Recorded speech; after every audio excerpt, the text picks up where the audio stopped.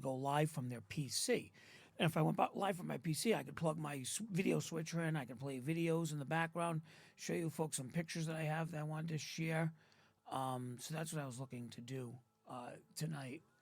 I wanted to show some pictures of some of the flip houses I did in the last few years and some of that stuff I've done. All right, you're good for a little, and then it freezes randomly. I'm not sure. Oh.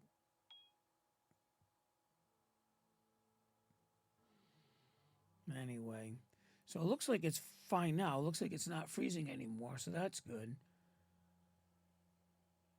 Very spiritual. Really? Spiritual.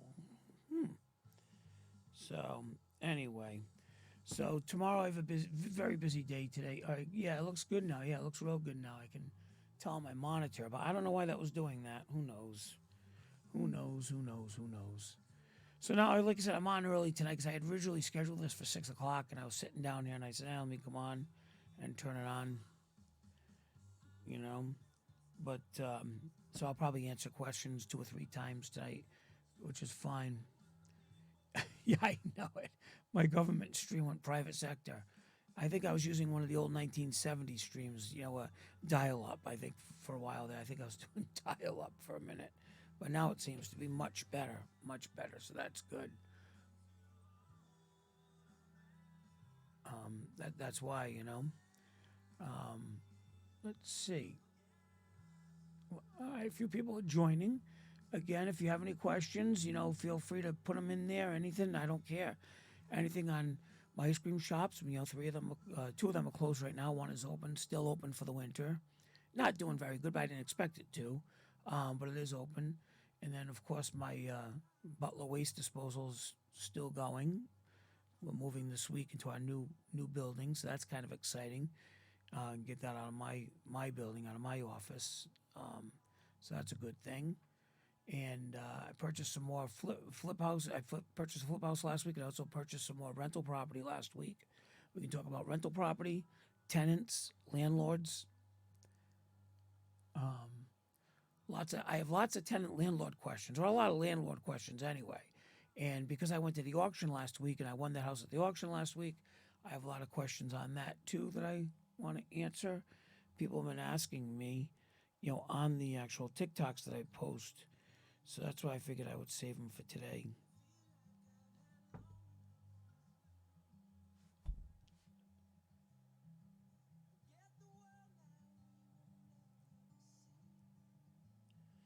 All right, good.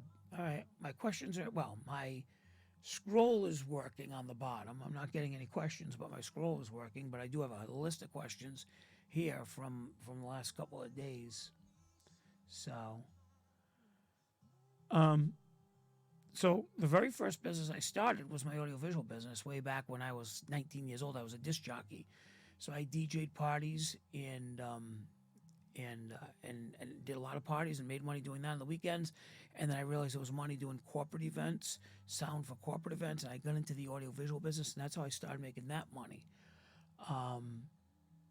So that was the very first thing I did. From there, then I started. That business is stressful. The audiovisual business actually is a very stressful business. You have. I've talked about this before. If you're at a conference or a convention, you have 3,000 people in a room. You have video screens set up. You have all these attendees there. You got somebody making their keynote address, and the microphone goes out, the projector goes out, the sound goes out. Something happens. It's very stressful. So it's a stressful business, but it's a good business. It was a fun business. It is a fun business, but it's also vulnerable. So in 2008, when we had the banking crisis, the business took a huge hit. And then, and of course, with COVID, the business took it. We rebuilt it again, bigger than it ever was. And then with COVID, it took another hit. But now it's back in business again, so that business is good. So because that business was vulnerable, I started investing in real estate in about 2010, 2011. Started buying more real estate. So that's what happened there. The waste business is a cutthroat business. I will not disagree with that whatsoever. Not only is it a cutthroat business, but it's a nickel and dime business. Completely opposite from my audiovisual business. The audiovisual business, we do a conference. In fact, Rick left today. He's flying to California. We're doing a big conference in California this week, right outside L.A. That business there, we do a conference. It could be anywhere between $10,000 and $100,000 for one conference, one meeting, one event. The waste business, you're charging people to pick up their trash. It could be, $30 a month, $50 a month, $100 a month. So it's nickel and dime, and it's very customer service oriented.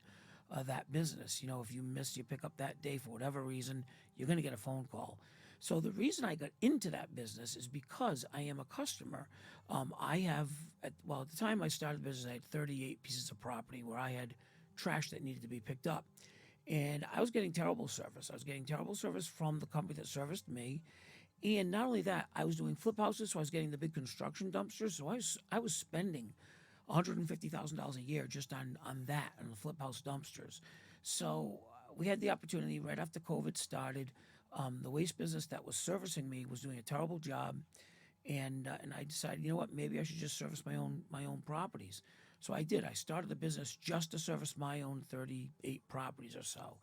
And once I started the business, it kind of grew from there. We got customers. Customers started calling us. I've purchased more properties now. I'm up to 62 properties now, 62 where we have trash that needs to be picked up. So that's how I started that business. The business is a cutthroat business because you charge $30, someone's going to charge $29. You charge 28, someone's going to... So it's a terrible, terrible cutthroat business that way. Very, very competitive. I got lucky because last April, last March, April, a local business did go out of business, and they went Chapter 11. They went bankruptcy. So we ended up buying out their assets, and with that, we did get about 300 customers that we were able to add on to our portfolio of customers.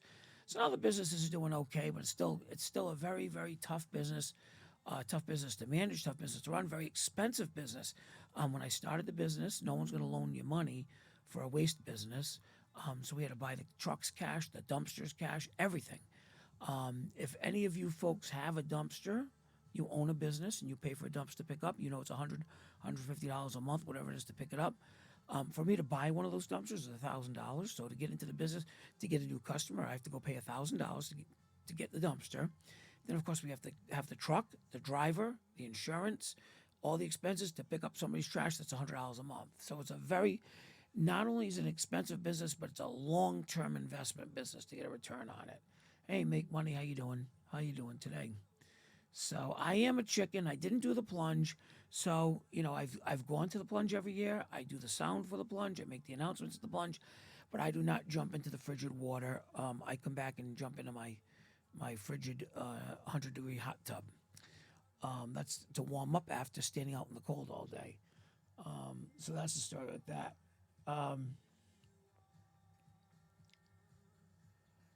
Yes, the Department of Transportation loves to pull you over. They love to go through the trucks. They love to fine you, find things wrong with it. That's another expense of the trash business.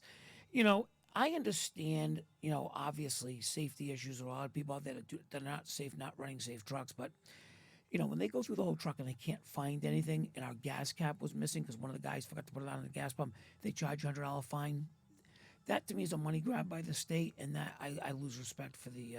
But it's not even the Department of Transportation. They use the state police as their collection agents, which I support the police 100%, but I just hate it when they're used as revenue generators for the state. I just don't like that. So that's the story with that. But yeah, we're down to Department of Transportation. They hide on Route 6. They hide right near the landfill, and they wait for your trucks to come through or leave so they can go through and check them.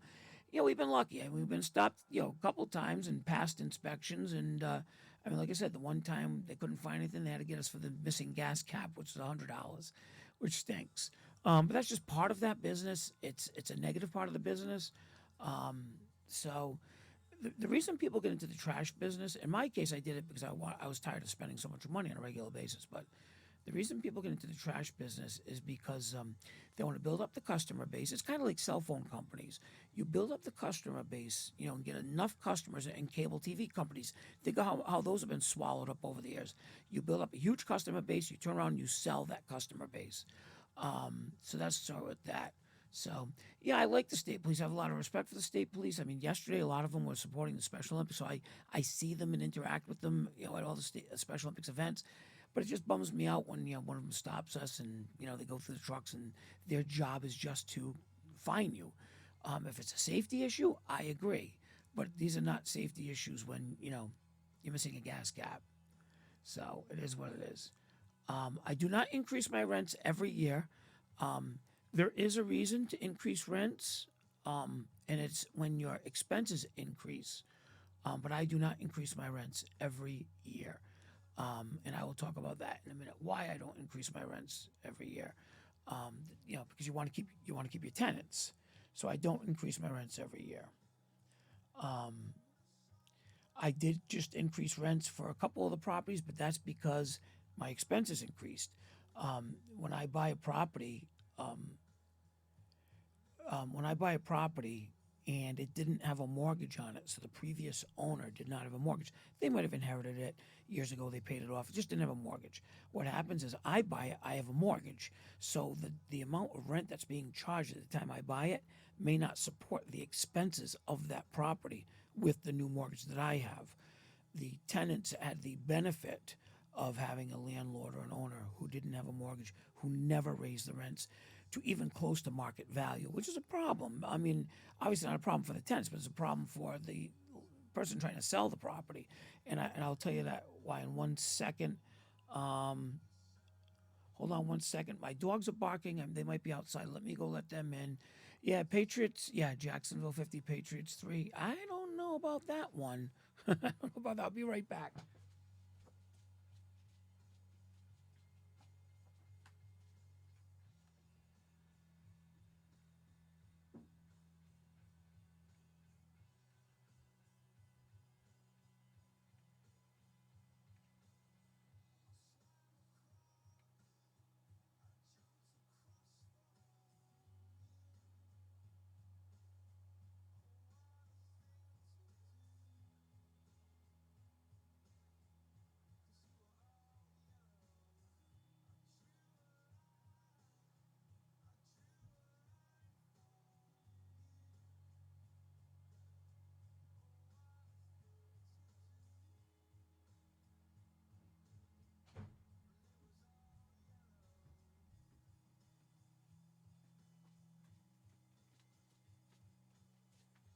Yeah, so the one thing, false alarm, by the way, the one thing about TikTok live is I guess you can just leave and come back whenever you want. But yeah, no, the Patriots, Jacksonville, the numbers are backwards there. I believe it was the Patriots that was 50. But anyway, so that's the story with that, Do I buy and rent condos with association fees? So I've purchased a couple of condos at the auction specifically to fix them up, flip them, and fix them up and flip them. I wouldn't buy one to keep it as a rental property. There's not enough profit in it.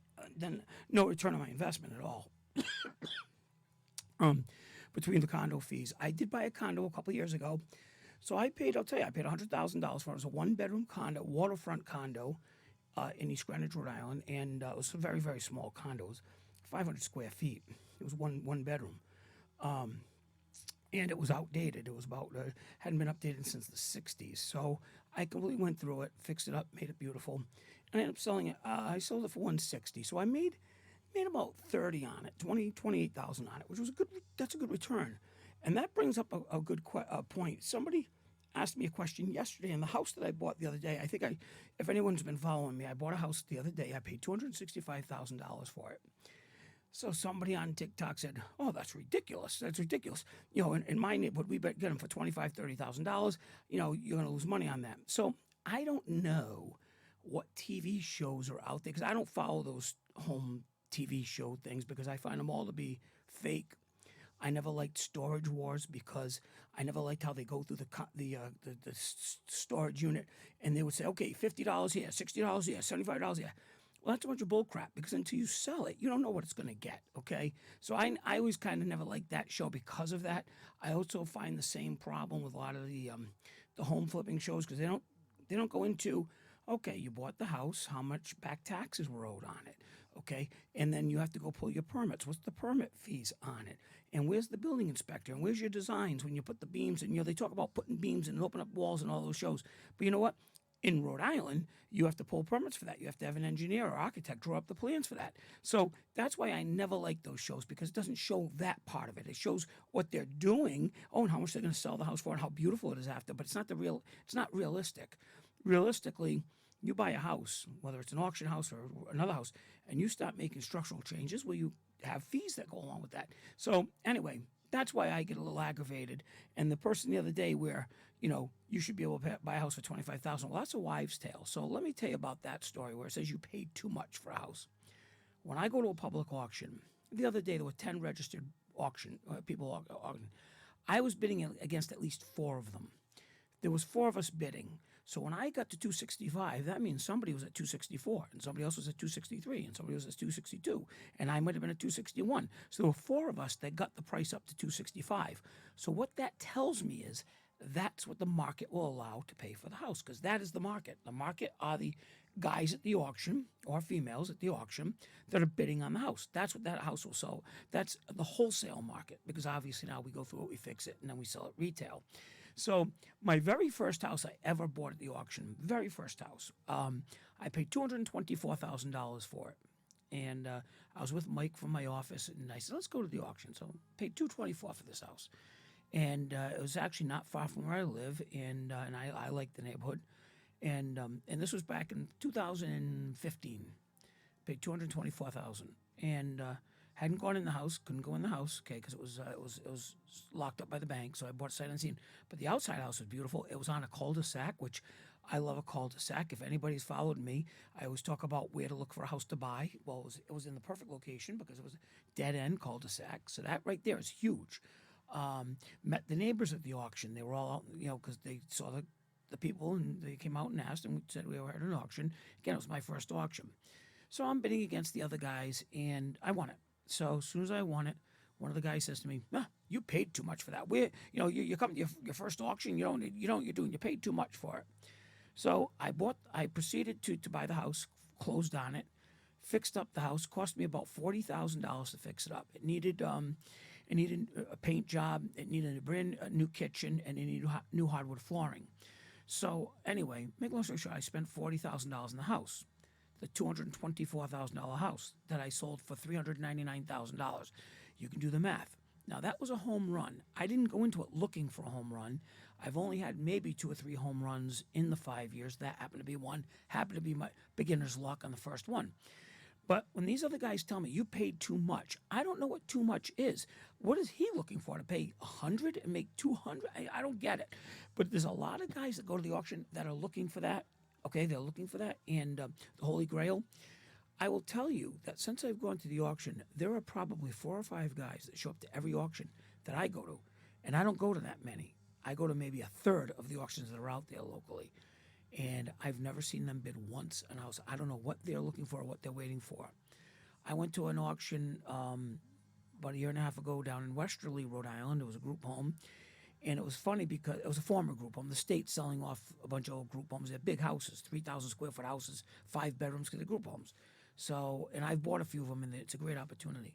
But anyway, so what happened was, there's these 2 ladies there, and I had never seen them at the auction before. So they always do. I don't know why the auctioneers do this. I don't know if they do it to tease. But okay, do I have an opening bid?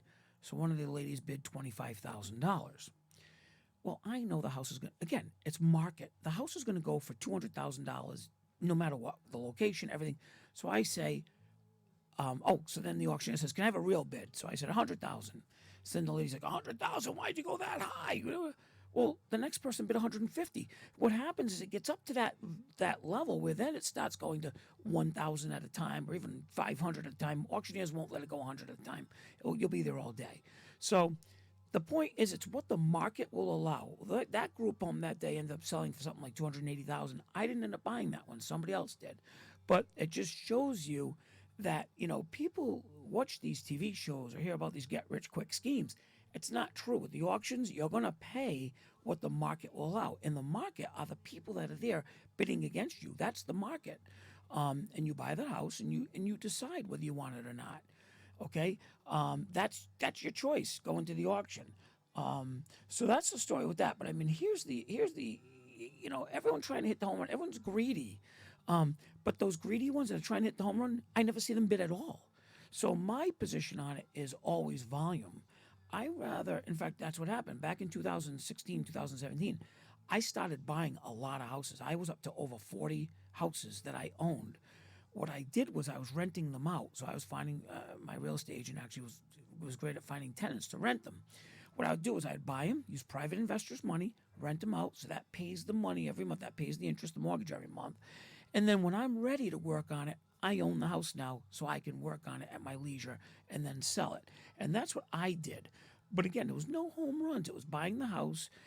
Did I get lucky? Yeah. There was a couple times I got lucky. There was one time where nobody else showed up at the auction just for me. The bank was owed $68,000. So the way it works is the auctioneer starts the auction and he says, "Do I have an opening bid?" And I'll be, "Okay, 50." And then he'll say, "Well, 68,000." So I know that's the bank's bid. And I'll say, "Okay, 69." And I won the house. Now that's happened to me twice. Okay. In my whole time of going to auctions, only twice was I the only one at the auction, which is kind of fun, because you're going to get a deal. Now, the other way around it is if the bank was owed $300,000 on a $100,000 house, well, then I would have to pass on it, and the bank would buy it back. Is what it is, and that's happened before too. I've gone to houses that are worth $100,000, and the bank's owed like $300 because they loaned so much on it. Second mortgages, third mortgages, it's crazy. How I found my private investors? I found my private investors through different ways. My very first private investor I found through actually a mortgage broker. I was buying a building, and I was actually short 50,000. And the mortgage broker said, "Well, I have a private investor that loans to some of my people. I'll see if he'll loan to you," and he did. And that's how I found that private investor, and that was back in 2005. And I still work with him today. He just loaned me on a building the other day, and I've been working with him 15 years. That was one way I found a private investor. Another way is through Craigslist. I just searched private money, and there are private money lenders on Craigslist. And then it's a matter of building a relationship with them because they don't know who you are. So, I mean, obviously with me, when I first started buying and selling houses, who the hell are you? They don't know who I am. So they're taking a risk with me or at the beginning. But now that I have a relationship with 5 or 6 really good investors, we have an excellent relationship. They know that I'm going to, their goal is one thing, where I might flip houses and sell houses, they're selling money. Their goal is to make money on their money. So as long as I'm making money on their money, they love me. Okay, I'm a great customer. I'm a customer, and that's how I work with the private investors. I know that they want to keep their money working. They want to keep making that interest on their money, and for me, it works because it enables me to buy more properties. And that's why during COVID, where the auctions slowed down, the private money guys were looking to invest their money and they couldn't find anybody. So I started working on my portfolio, my rental portfolio, and I was buying rental properties. I still am buying rentals properties using the private money. Now, the reason why there's an advantage to that is because I can offer cash offers to these people, which sellers for real estate, especially if their real estate is troubled, if it's run down, needy, they don't want inspections. They don't want people nosing around negotiating this and that. So I'll just go in there. I'll do my own analysis of the property, the rents, because the rents are usually low. If the property's in distress, it needs work, and I make a cash offer, as is, no contingencies, no appraisals, no appraisal fees, and I just go make a cash offer and I buy it cash. The seller's happy because I don't have to worry about it, and I'm happy because I just got a great deal on a piece of property. I'll go in, fix it up, and then I go and I refinance it with the bank, and that's how I do that. So that's where it is. Private investors, you're going to pay anywhere between 7 and 12% in interest. Typically, when you start out, even more than that, 14. Some of these guys that go to the auction, I hear them paying 14%, a couple points of interest at the closing. I've never paid that, but what happens is, as you build a relationship with them, you're a safer bet. You're a less risk. They will give you better rates. And that's right now. So right now I pay private investors 8 to 10%, depending on the deal and how much I borrow. Obviously, if I buy a $500,000 piece of property, I'm putting 50% down. I can borrow at 7-8% because there's no risk. I'm zero risk. So that's what happens with that. What's up, boss? FTT. What's up, boss? So that's what happens with the private investors. They're there just to make money. on their money, and I consider them business partners. They're enabling me to increase my wealth and increase my portfolio. So at the same time, I have no problem with them making money because we're all making money together in real estate. So that's how it works there. But getting back to funny. I'm looking on my iPad. So what happens is we have a software program that the tenants can put in maintenance requests, and it sends an alert. I just happened to see an alert came through for a maintenance request. So that's a good question. So some investors, about how you pay in the interest, some investors will allow you to whatever the interest rate, to pay them at the closing when you sell the property. So if you owe them, say, $1,000 a month and you hold on to it for 9 months, at the closing you give them the $9,000. I've never done that. I don't like to do that, but there are some investors that do allow that, and of course there are borrowers that like that, but I don't like that at all. I rather pay as I go, and that way, when I close in the house, the profit is the profit. But yeah, there are a lot of investors that will say, "Yeah, pay me at the end." If I was loaning out money, I wouldn't do that because you want to remind the borrower, "Hey, I'm still out here and you owe me money." So, you know. So yes, I am an LLC. I have actually many LLCs. My properties are all in LLCs. My portfolio changes all the time. As of last week, I was up to 58 properties that we own, 58 pieces of property that we own. And then Thursday, I purchased 4 more, actually 5 more. So I'm up to 63. And what happens is it got to keep track, of it. And so yeah, many of those are in LLCs. I divide them up into the different LLCs, and the properties all vary. Some are 2 units, 3 units, 5 units, 10 units, different properties. But so yeah, so again, private money guys, they are they're a necessity if you're going to be buying at the auctions.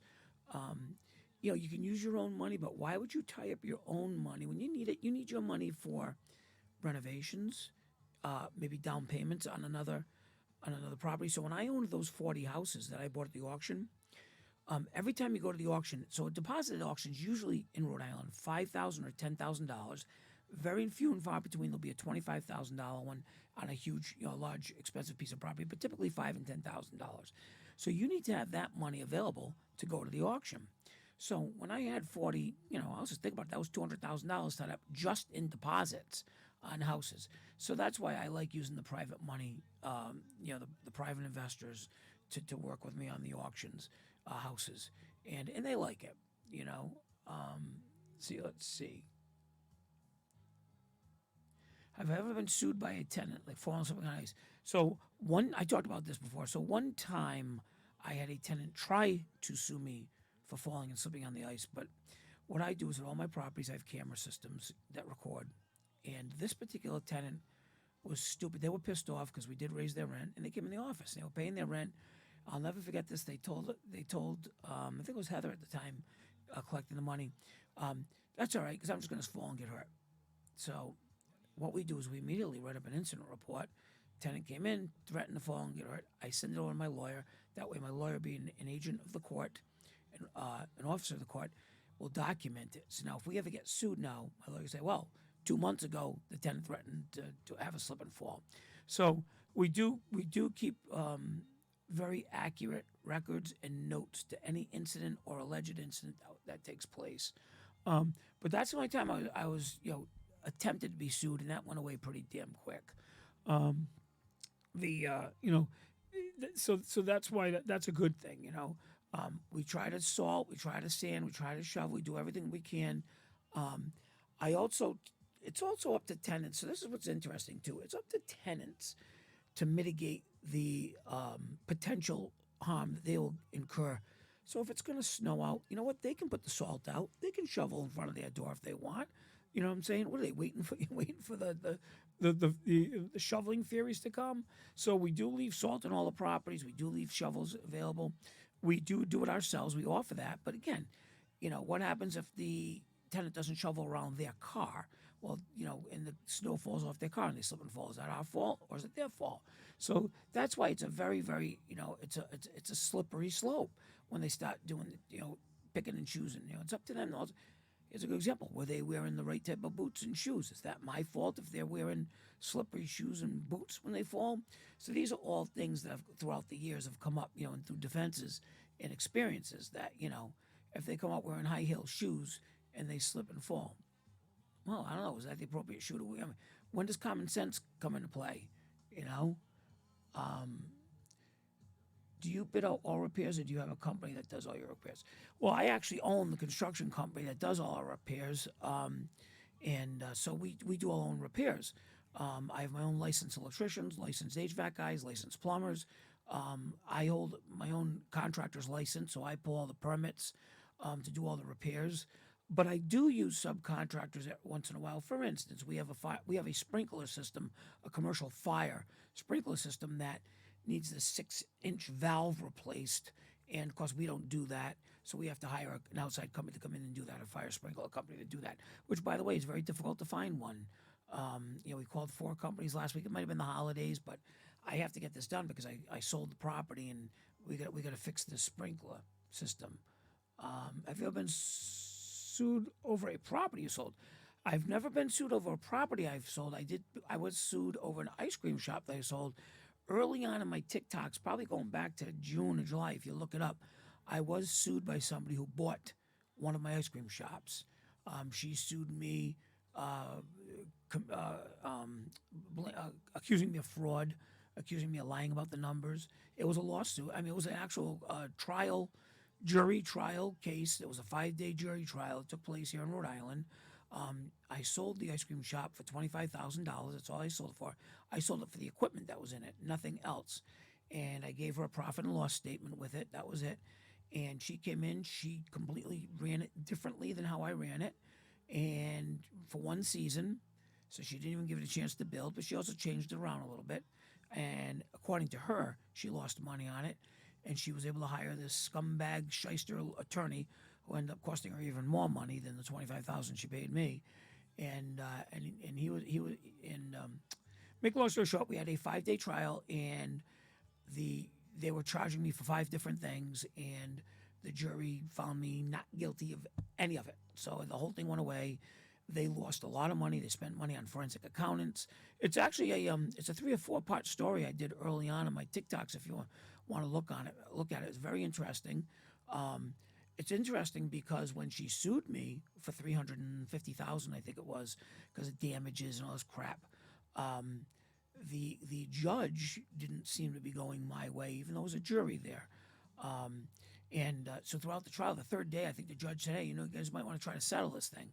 So we did. We sat down, and I said, let's just make this thing go away. I'll just borrow the money. I'll pay, because this was 5 years ago. I didn't have the money.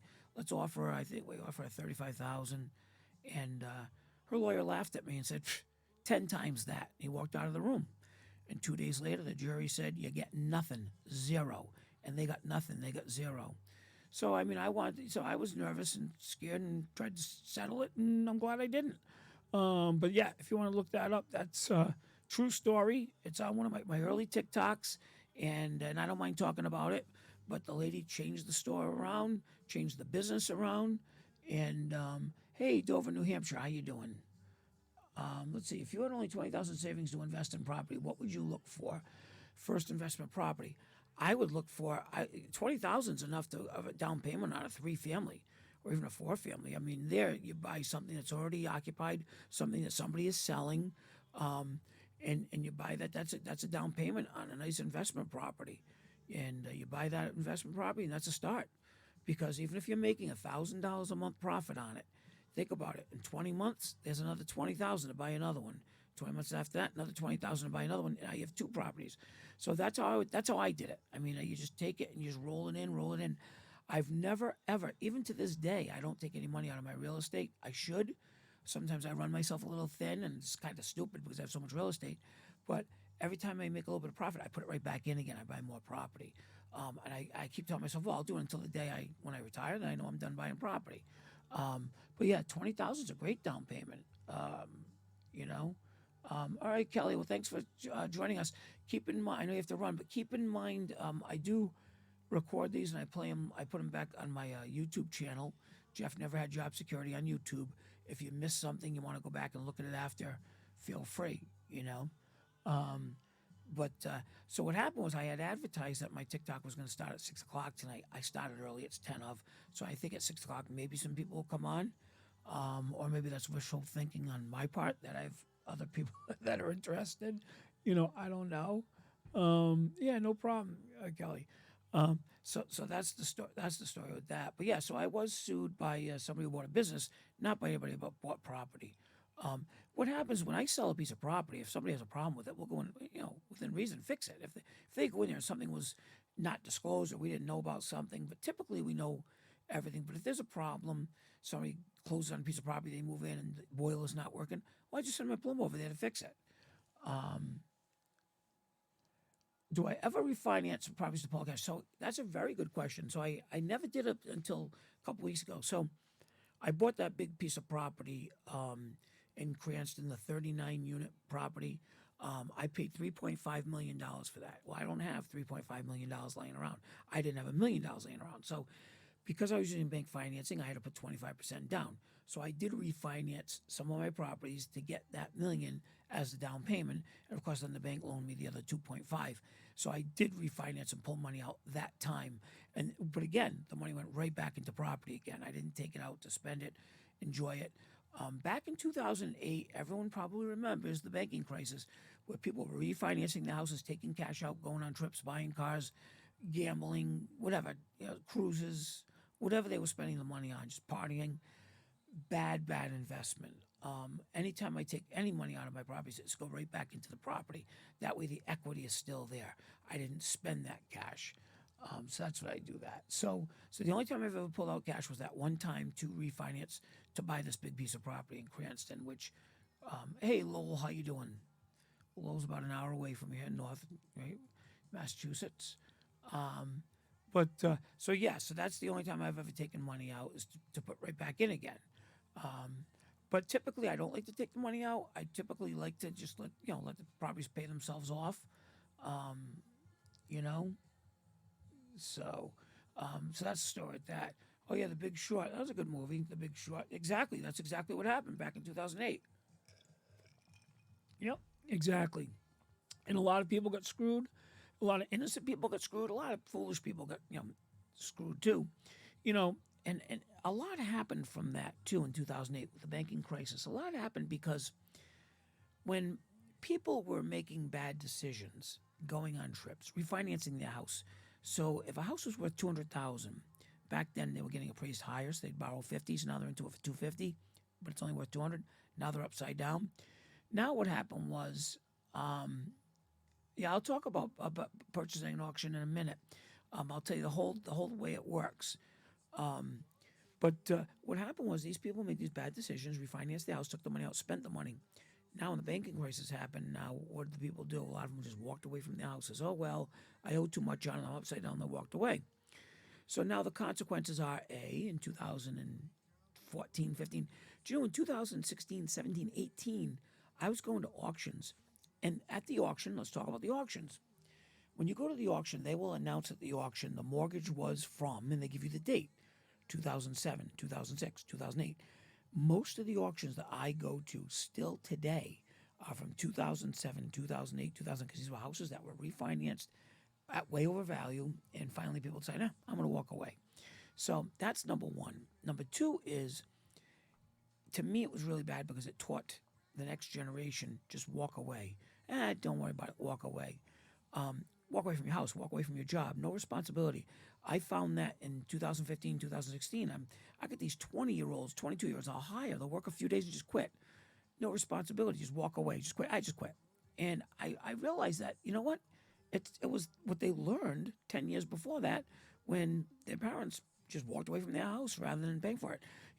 We were all, I think, at that time upside down. I was upside down in my house because property values dropped. My house that I live in, property values dropped. But it doesn't mean I just walk away from it. I suffered through it, dealt with it. In fact, I took a big hit during the banking crisis because what happened was all my property values dropped. And of course, my audiovisual business took a huge hit because there were no conferences. Lehman Brothers was one of our biggest customers, and they went out of business in 2008.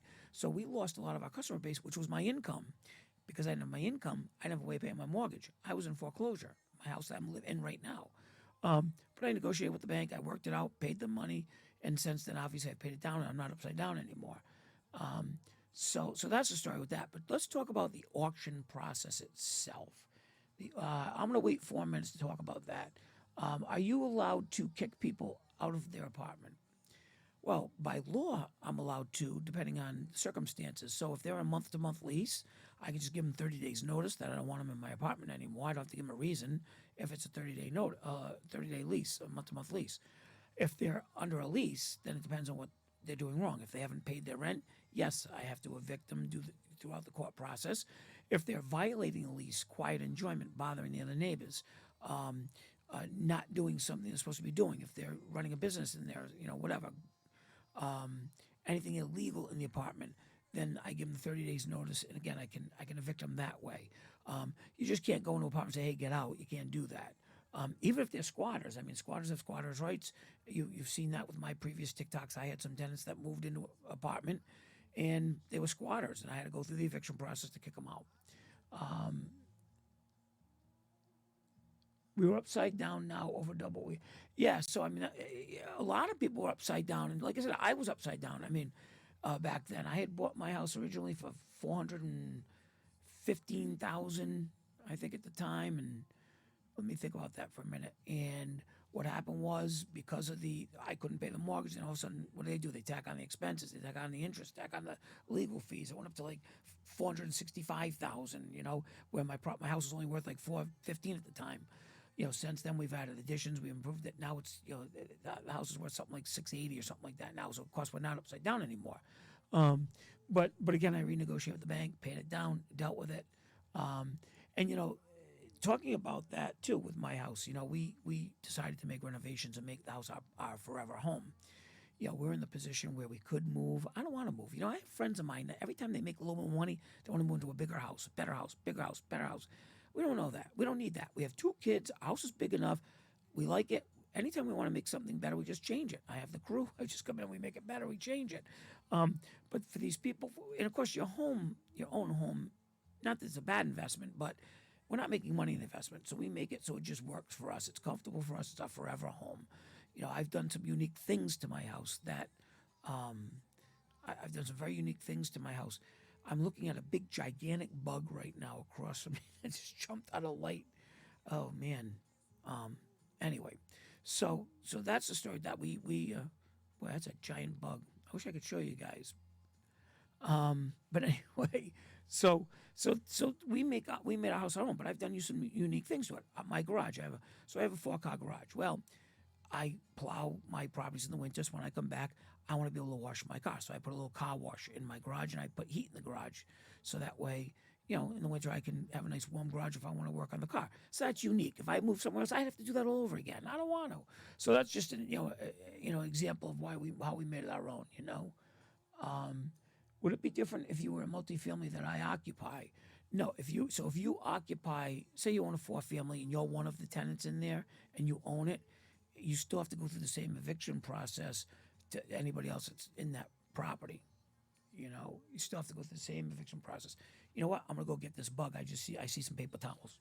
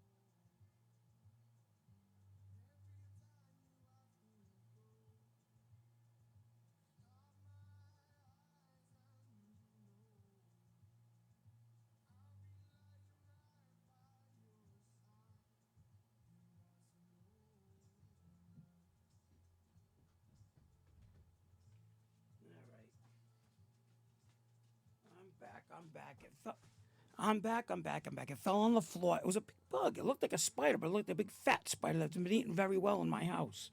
I just evicted him in the toilet. Anyway, I'm back, make money. Anyway, I had to evict the bug into the toilet. So anyway, yeah, the bug cut me. It was big. See, I got this picture behind me. If I didn't have the picture, I could have turned my iPad so you could have seen the bug. But anyway, so getting back to that, so that's if evicting somebody. The other thing is I am by the book when it comes to evicting somebody. I follow the Rhode Island tenant landlord handbook. I do not let anybody go too long owing me money because they're never going to get caught up. So I just don't let anybody go too long. Rent is a priority. My mortgage is a priority. When I was behind on my mortgage, I sold my car. I drove in a used piece of crap Kia Sedona that was like 8 years old is what I was driving. I sold my new car I was driving. So I did what I had to do to pay my mortgage. I made it my priority. So I expect the same thing from my tenants. And that's why I'm by the book and I expect them to pay me their rent. And when they don't, then I'm sorry. I go by the book when it comes to, the eviction process because most tenants, there's usually 2 or 3 adults that live in the property. And if they can't come up with the rent, there's a problem. I would have driven a Yugo, but I happened to find this Kia Sedona for like $3,500 on Craigslist, so I drove that. I was driving at the time a brand new. What did I buy in 2017? A brand new Honda CRV at the time. I actually had bought. So Honda CRVs had come out in 1997. Was the first Honda CRV. I bought one. I loved it. Drove it for 10 years. Absolutely loved the things. 10 years later, I bought a new one. And then I ended up selling it because again I just couldn't afford the $350 payment when times got tough in 2007. So that's what happened there. So you have to do what you have to do to pay your bills is the way I look at it. And again, I need my rent to pay my bills. Yes, have I grown a little bit? Yes, but I have employees. I got to pay my employees. I can't say I'm sorry, so and so didn't pay the rent, can't pay you. So that's the other reason too is I have responsibilities now. That's even more reason why I have to collect the rent.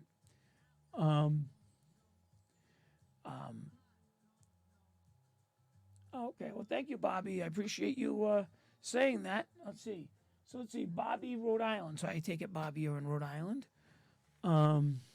That's cool. That's very cool, and welcome.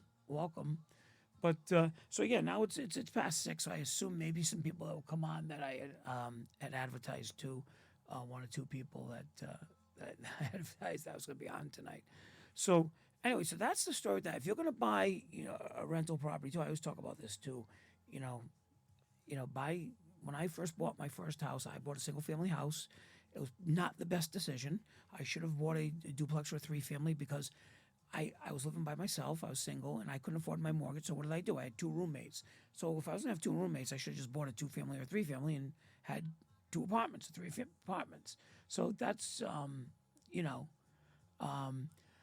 have to set up the LLC before you buy the investment property. You can actually, put the down payment down, buy the property, get into contract, and just set up the LLC before the closing. Why spend the money on setting up the LLC and go through all that if you're not going to, follow through for whatever reason? So I'm the same way. So I purchased this property in Cranston, and what I did, I put the deposit down, got into the purchase sales agreement. Then I just had my lawyer then set up. Oh, cool glasses. I had my goggles. I had my lawyer then set up the LLC. Yeah, it's neat. So you can do the same thing. You don't have to do it right away. Wait until you're all set to set the LLC up. So I do shop around for mortgage rates, and so I'm in a unique situation because you guys, because believe it or not, because I have owned so many properties, I just can't go to the bank and say I'd like to borrow, to buy this house. Believe it or not, because the way it works is that I fall under a commercial mortgage borrower. So when you have over 10 properties, you become a commercial mortgage borrower. So I can't just, even my own house, I can't just go to the bank right now. I'd like to refinance my house because I own so many properties. I have to go through a commercial bank, and it's a process. But yeah, I still shop around for the best rates I can get, and absolutely. But again, because I just started building a relationship with one bank, they're giving me really good interest rates because they don't want to lose me. They don't want. In fact, I'll tell you what happened. I refinanced some properties a couple weeks ago in the process of buying this big piece of property. Well, three of those properties were with another bank. And I think I was paying 4.1% interest at that bank. So I decided to pay off those notes because I'm going to this other bank, 3.9%. It's only 2 point, it was only 0.2% difference. That's not why I was refinancing. Why I was refinancing them to take the cash out for the down payment of the other property. Well, that bank then comes back to me, oh, we don't want to lose you. We'll lower the rate down to 3.5. Well, hey, it was a little too late because I went to that bank originally for the loan and they turned me down. So that's why when you build a relationship with a bank, I find that the local banks, credit unions, are the best to work with. But I'm working with a regional bank now. The larger banks, are just too big and they don't want to work with me, so I don't want to work with them. Even most of my accounts for the last 10 years have been at TD Bank, but TD Bank, and they have done some mortgages for me, but they wouldn't do this big one, and so that's why I ended up going to another bank for this one. But even like Bank of America is way too big. I'll never do business with them. But I'm using a local bank right now in Rhode Island. It's treated me very, very well. So I would say look for a small local bank that you can build a relationship with because they really do get to know you. Even this building I just bought is a unique situation. Here's a building that's it's in distress because what happened was a few months ago, part of the walkway, it's a two-story building, part of the walkway started collapsing, crumbling because it's 40 years old and nobody ever maintained it and started crumbling.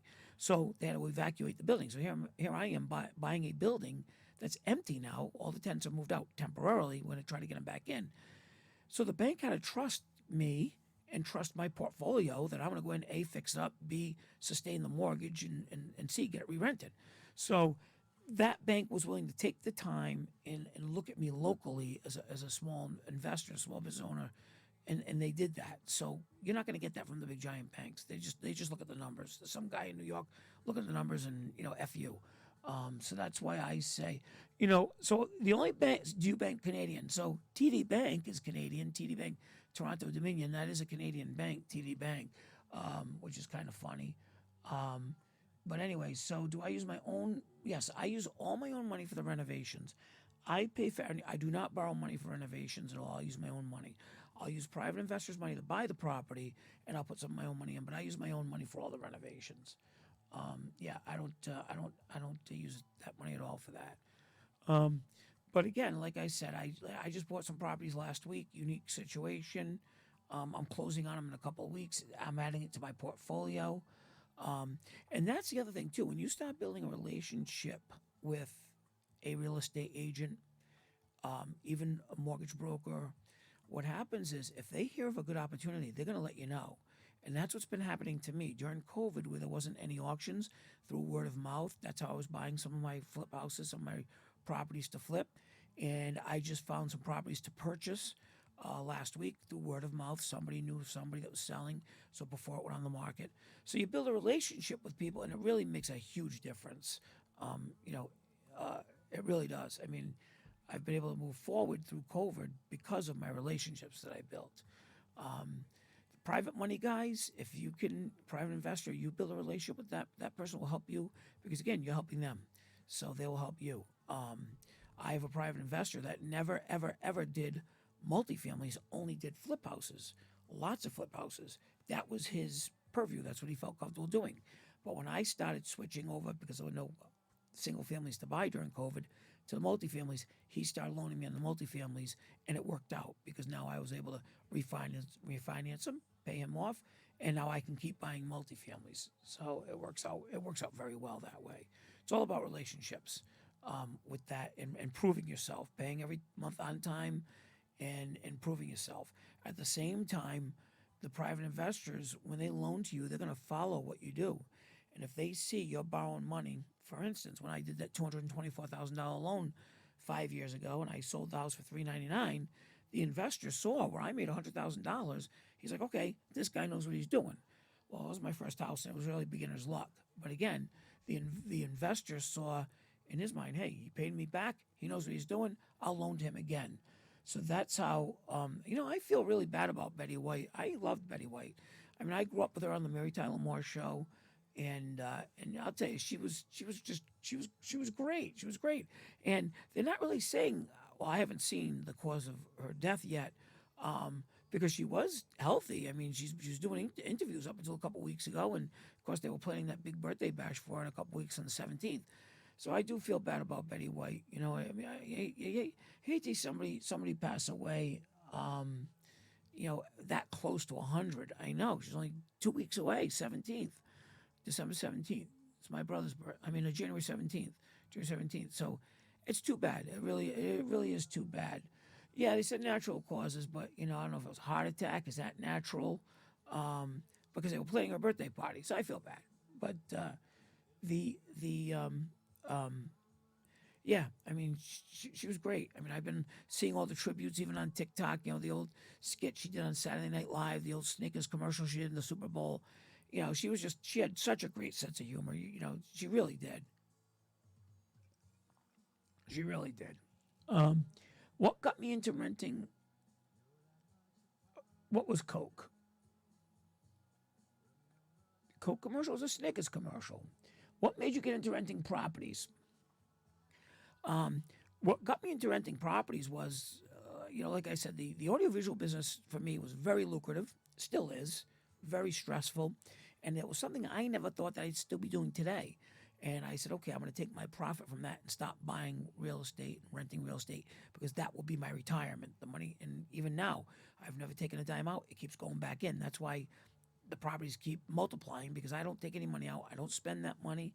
I'm not partying with that money. Like I said, some people that I know will take the money and go buy a bigger house to live in, go buy a mansion to live in, go whatever. I'm not going to do that. I'm very comfortable in my house. And we make our house our own. So I put the money right back into the real estate. So that's why I just started renting property, because I just wanted to have a better retirement where I wouldn't have to work till I was, 80 years old. If I make it that long, I figured, okay, this is my retirement. And that's what I started doing, you know? So do I ever get scared of renting? So there's a couple of things, do I get scared? So the only time I got nervous was during COVID, when all of a sudden they, told the tenants you don't have to pay your rent. I got very nervous because the banks weren't saying you don't have to pay your mortgage. The cities weren't saying you don't have to pay your taxes. They were still coming in, and I had a lot of tenants start to fall behind.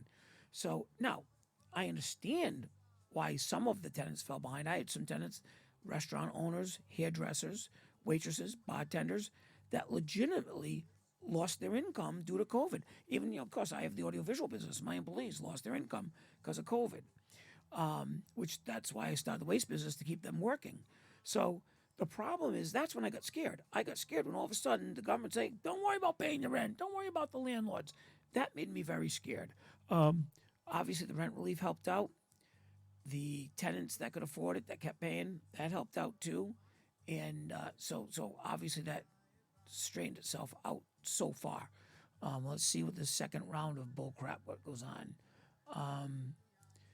Do I do background checks? So yes, I do background checks. We do very detailed background checks on tenants. We'll do previous rental history. We'll do criminal background checks, legal background checks. The only thing we don't do is credit checks, and I've talked about that before. I do not do credit checks for a lot of reasons. That is not a good gauge as to whether somebody's going to pay or not. Somebody could go through a divorce, their credit gets ruined. Somebody could be like me in 2008, where the business got ruined.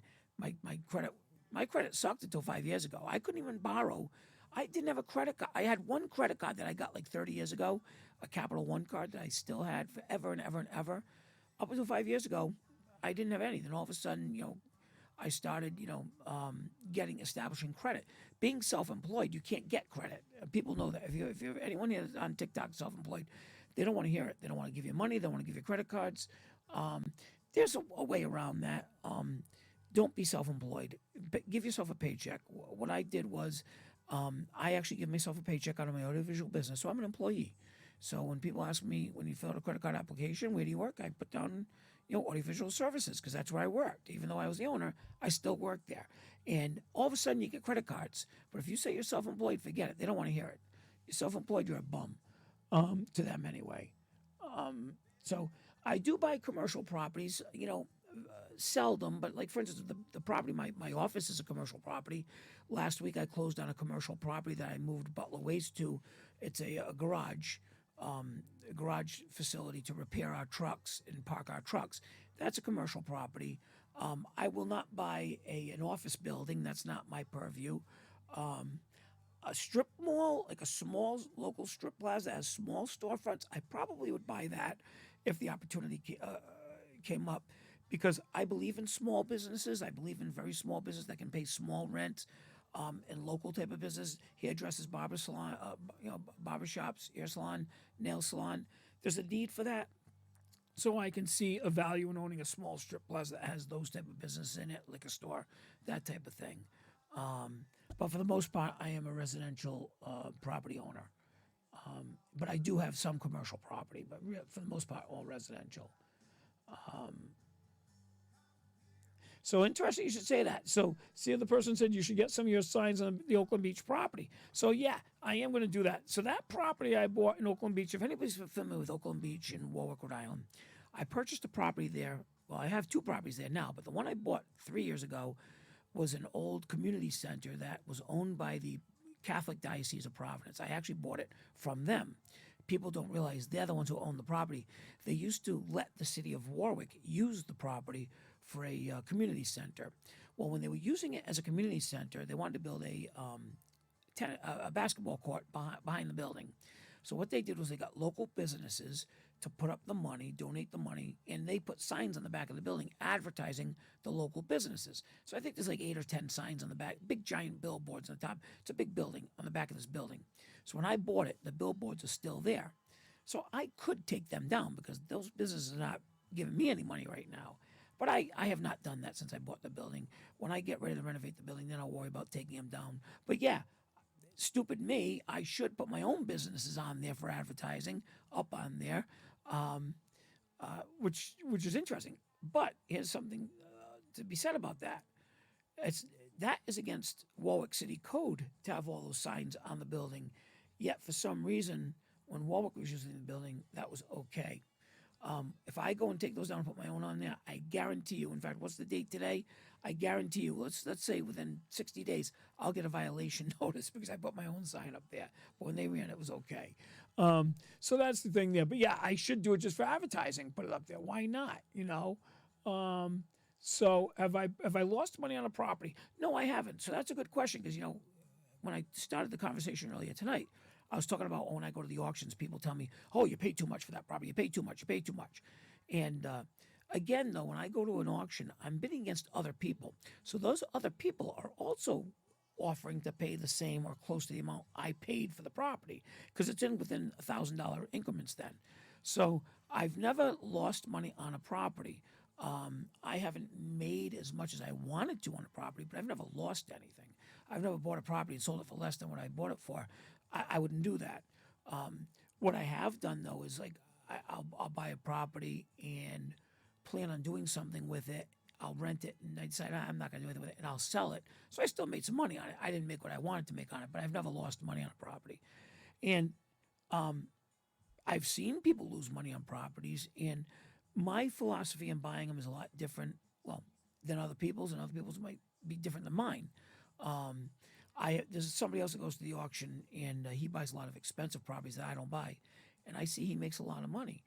He takes a bigger risk, but it's a bigger reward. For me, I try to buy, especially with the flip houses, pretty much the same type of house, the same price range. I'm looking for the house that's a 3-bedroom, 4-bedroom, 2-bath house that is going to be for the average family that can afford the house. That's really what I look for in a house because it's the biggest market out there. So I know if I buy the house, I have a bigger market to buy the house. So that's typically why I don't lose money on a property. Have I gone bigger? Yeah, I've bought. Well, the biggest house, the most expensive flip house I've purchased was probably about $480,000. That was the most expensive flip house I purchased. I sold it for $650, so I still did okay on it. But typically, that's not what I do.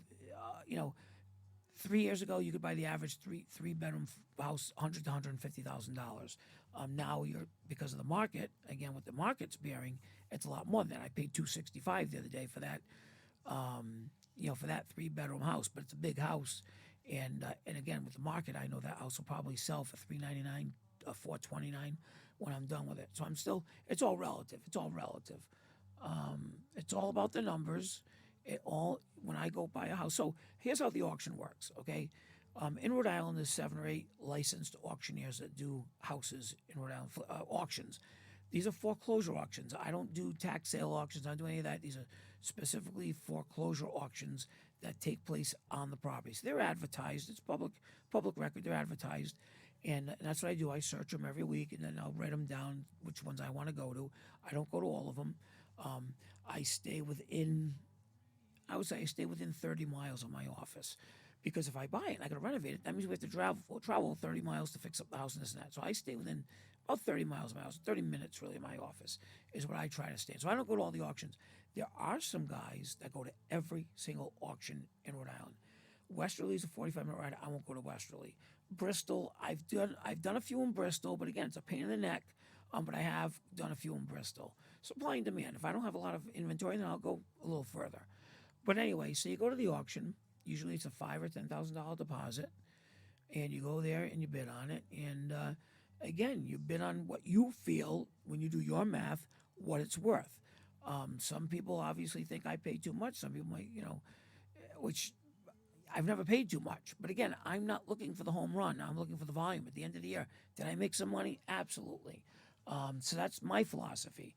At the same time, when I buy a house, I don't buy speculating. I will not buy a house saying, okay, I can do this, this, this, and I will get this. I look at the house, what it's worth today. Looking at the house in front of me, what is it worth? That's what I bid on it. That way I can't go wrong. That's how come I don't think I lose money at auction. Have you started porch demolition on a large multifamily you recently purchased? So that's interesting you say that. So, Bobby, I did buy the 39-unit multifamily in Cranston, the one that was all over the news a few months ago because the porch was coming down. So, haven't started the demolition yet.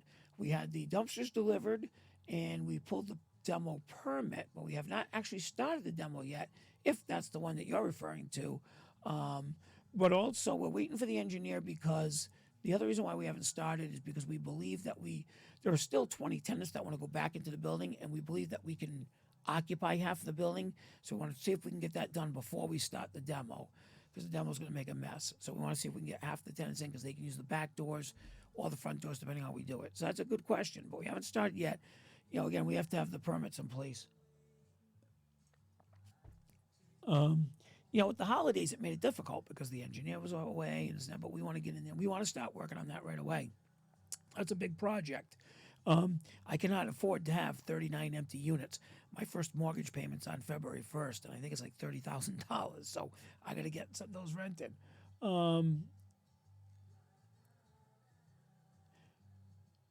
The only reason I go to the house auctions and other auctions is, so you have sales tax auctions where the cities sell the sales tax and you buy the sales tax owed on a house. So say there's like 5,000, you buy that bill and you pay the bill, and now the person who owns the house has to pay you back before they can redeem the house. And of course they have a year, and then after a year you can foreclose on them. I don't particularly like those auctions. If the person couldn't afford their sales tax, their property tax, there must have been a reason. At the same time, the return on your investment is 10%. So you loan $5,000 out, you're going to make yourself $500. It's an easy investment, I guess you could say, going to that auction.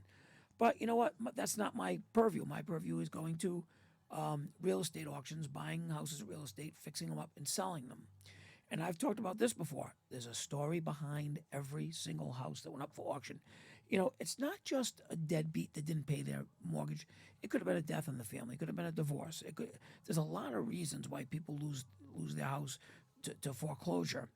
And that's why, again, me and Mike and Andrew, we're the three that go to the auctions out of my office.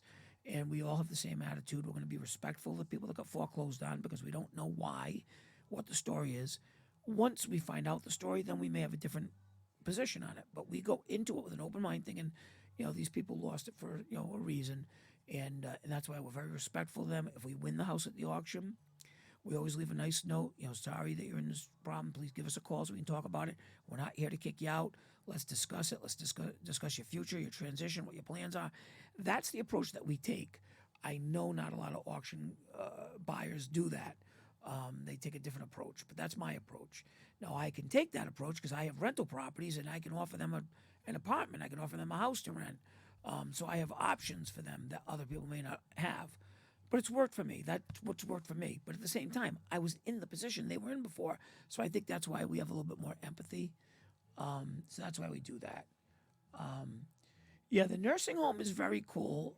The nursing home that you're talking about is very cool. The architect is drawing up the plans now. That's going to be hopefully in January. We're going to be applying for the permits, the zoning to get that done. So I bought an old nursing home, closed down nursing home in Warwick, and it was 128 room. Let's see, yeah, 128 room, 36,000 square foot nursing home that I'm converting to 50 apartments. Once I get all the approvals, we're going to make it into 50 apartments. And it's gonna be nice. It's gonna be really nice apartments. It'll be two bedrooms, one bedroom, and some studios, but mostly 2 bedroom apartments. So that's why I got that a few years ago. Right now, I use it for storage. If you go in there now, everyone laughs because when I buy flip houses, I have no place to put the furniture, put the stuff, so I put it in there because you hate to throw away good stuff, and it's time consuming trying to find somebody to come in and buy it and that. So right now, that building is full of it. Very soon, I'm gonna have to have somebody come in and just make me an offer, buy all this stuff and sell it on your own or whatever. Yeah, so what I've been doing is this. I have been taking tapes of all of our projects, and I put them on TikTok as we go through the process. So, for instance, the house I bought at the auction last week, you saw I bought the house. I'm talking about the changes I'm going to make, so I will show you the changes. The condo I started working on a couple months ago, I go in there and I show you the updates on the condo. So I will continue to always show the updates because every time I go in, every day I check on a property. I will always keep you folks on TikTok up to date as to the progress we made. And I'll tell you how much we made if we didn't make money on this and that. We have a house now. I didn't take a video Friday. I will go in there tomorrow and take it. We have a house that we bought 4 months ago, an estate sale in North Kingston. And, we're not all knowing. So we bought the house. We went in there. We did some minor renovations to the house, minor upgrades, though we did brand new kitchen. The bathrooms were limited. They were small bathrooms. And the way the house was designed, I couldn't even make the bathroom bigger if I wanted to. But what I ended up doing is but we showed the house 100 times. Nobody's buying the house. So we went in there last week. I went in there with my guys, and we decided, okay, one of the bathrooms, the second floor bathroom, ripped it right out. And the house is really legally a 3-bedroom house, but at a 4th bedroom next to the bathroom.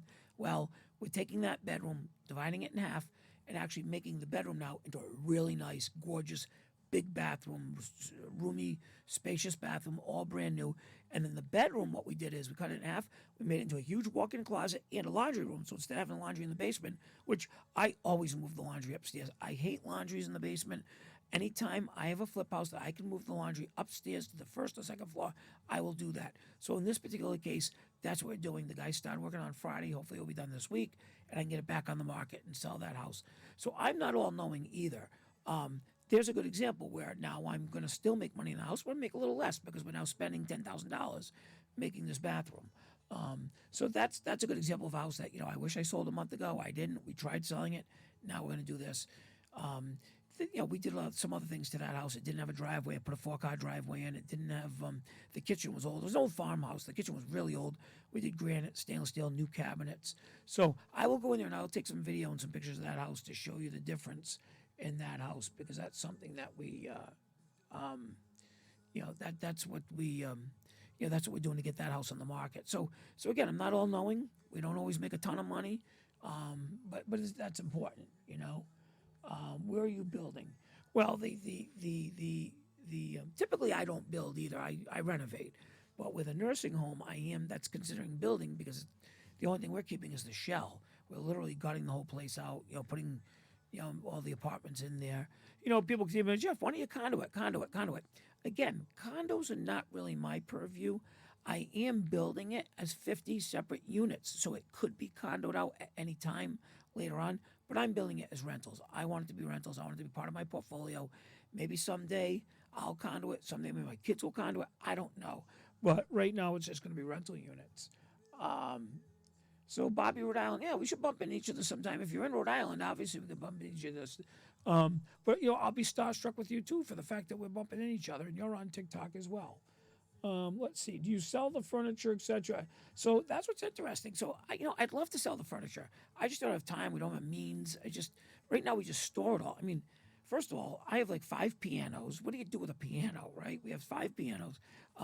We have dining room furniture. We have chairs. We have lamps. We have all this stuff because I hate to throw it away.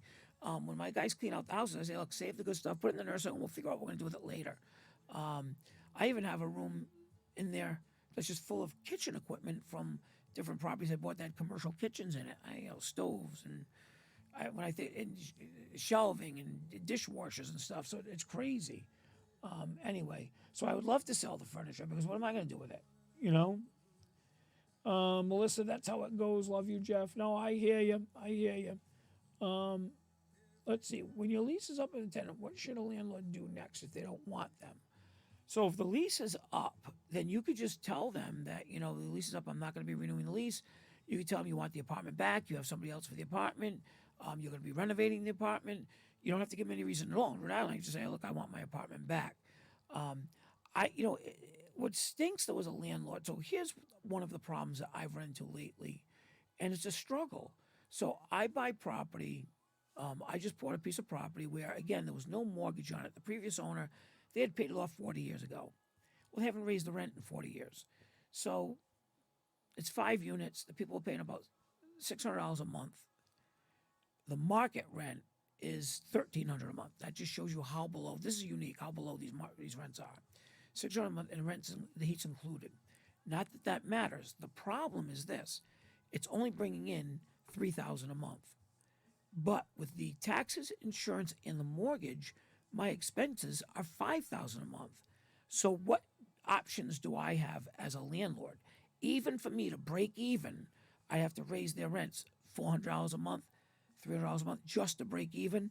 So they look at me as, oh, what a jerk. The guy just bought it. He's raising my rent. And I'm looking like, I'm just breaking even just to raise your rent.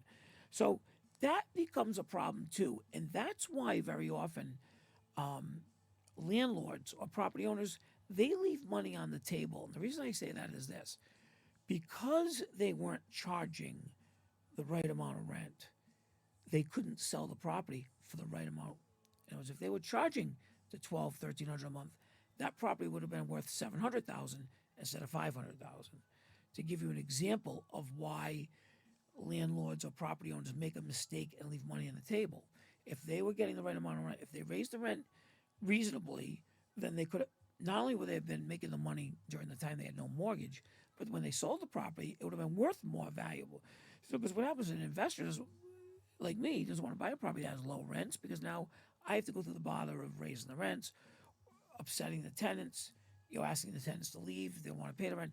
So it becomes, it's a very, very thin line you cross, or you're walking on eggshells because you don't want to upset the tenants. You're happy to have tenants. They are your customer. They are your client. You have to give them something. If you're going to raise the rent, you have to give them something: new parking lot, laundry room, security, lighting, new appliances, something, which I do. But at the same time, it creates a problem, believe it or not. It creates a problem. Let's see. People don't make that money. I agree with you. The problem I left. So, yeah, no, it's true. Let's see. Do you include utilities? So I buy properties that sometimes have the utilities included, but I separate the utilities. I do not believe in paying for the utilities for other people. I believe that people should be in charge of their own destiny. People should choose whether they want to leave the lights on or the windows open in the winter, or leave the air conditioning on in the winter, or leave the air conditioners in the windows in the winter, or leave the heat on in the summer. I believe that should be your choice. The tenant can make that choice. It's not the landlord's choice to make. So I think that's important that people pay their own expenses. Here's a good example. My kids, right? Kids, 13 and 15. What do? They leave the lights on in their room all the time, right? They have a ceiling fan, lights on all the time. What do? I go in turning off the fans and the lights. Why? Because I don't want to pay the electricity.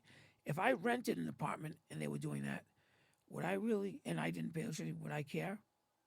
That's my point. That's my point. That's why it's very important that tenants pay their own utilities. That way they, and here's the way I look at it, by the way. Why give it to the electric company? Whether it's the tenants or me, why give that money to the electric company? They make enough money. So that's why I do not believe in paying the utilities for the tenants. We should all be in charge of our own destiny. I drive my car. I put my own gas in the car. I decide how much gas I'm going to use, how far I drive, where I'm going to go. So don't the tenants, right? They decide how far they're going to drive, where they're going to drive, how much gas they're going to use. So it's the same thing. So I believe they can pay their own electricity, they can pay their own heat.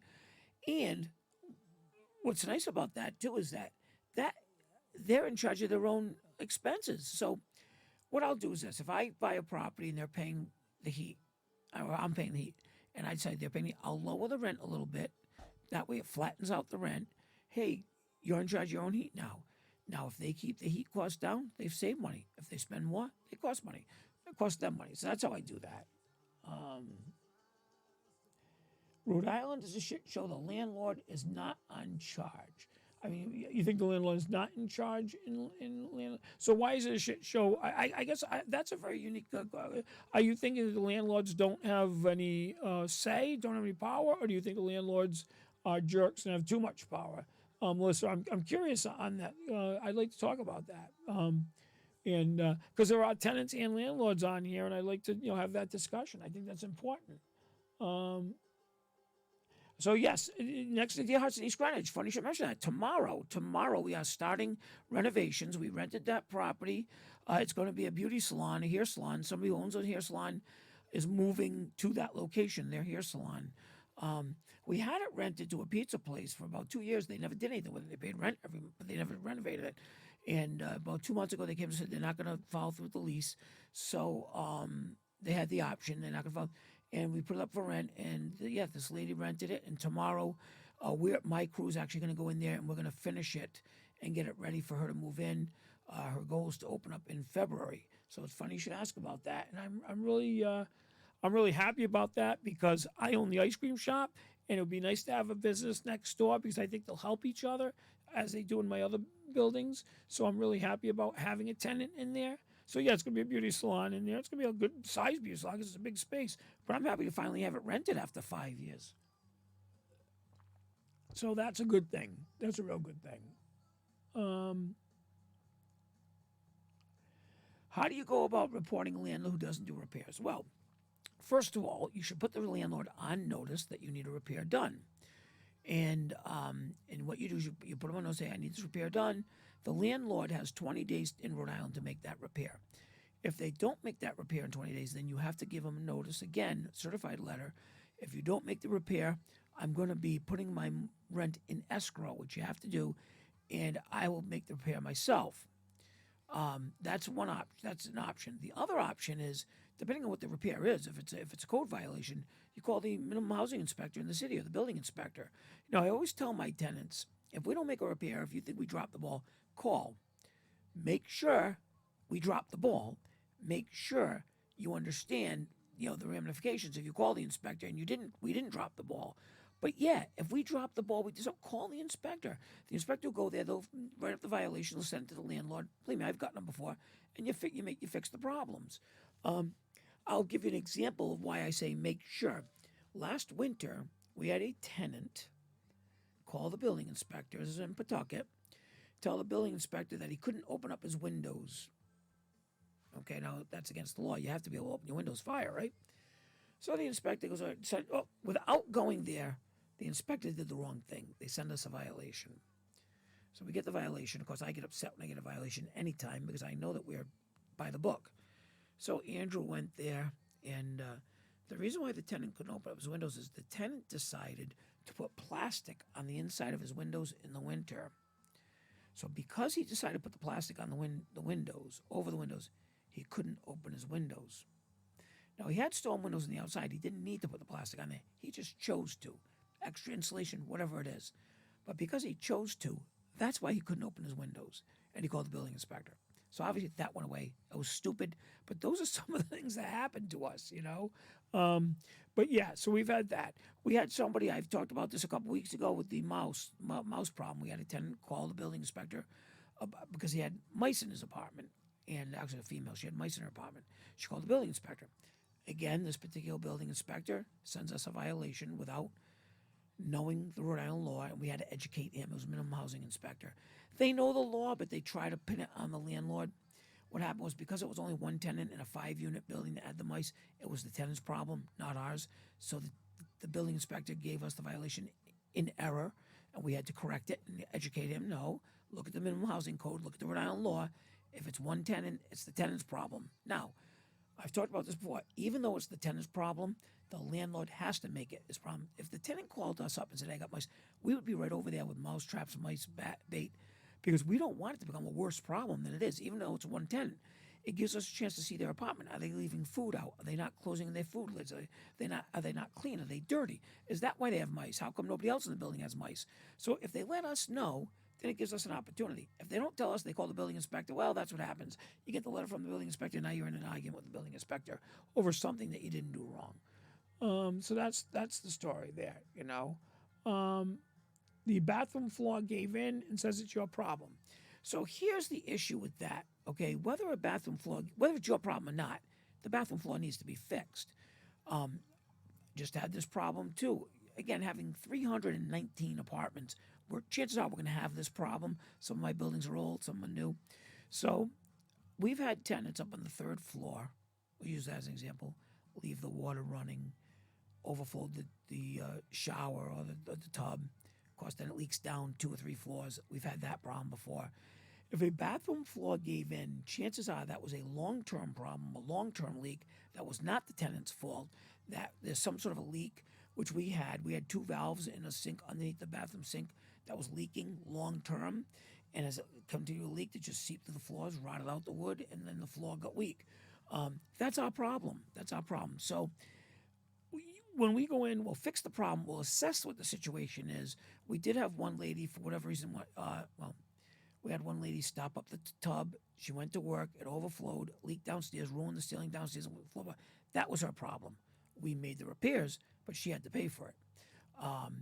Had she had renter's insurance, that would have paid for the problem. She had to pay us back. That being said, that's why we now require what's one of the reasons. We require all of our tenants, all of them, to have renter's insurance. It's very important to have renter's insurance.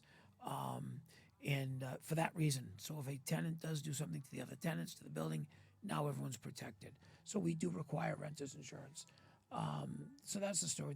People are strange. The guy with the windows, the plastic windows, people are strange. You never know what to expect. So I talked about this last week. Last Monday, we had a leak on the 1st floor of one of our buildings. Monday morning, we came in after the Christmas holiday. It actually happened over the weekend. I found out about it over the week. Andrew handled it during the weekend. But we had a leak, so we sent the plumber over there Monday morning. So I'm sitting in my office, and I hear a conversation out in the hallway. And what it was I heard that the plumber needed the keys to get into the apartment because he had to tear down the ceiling to find the leak in the 1st floor apartment.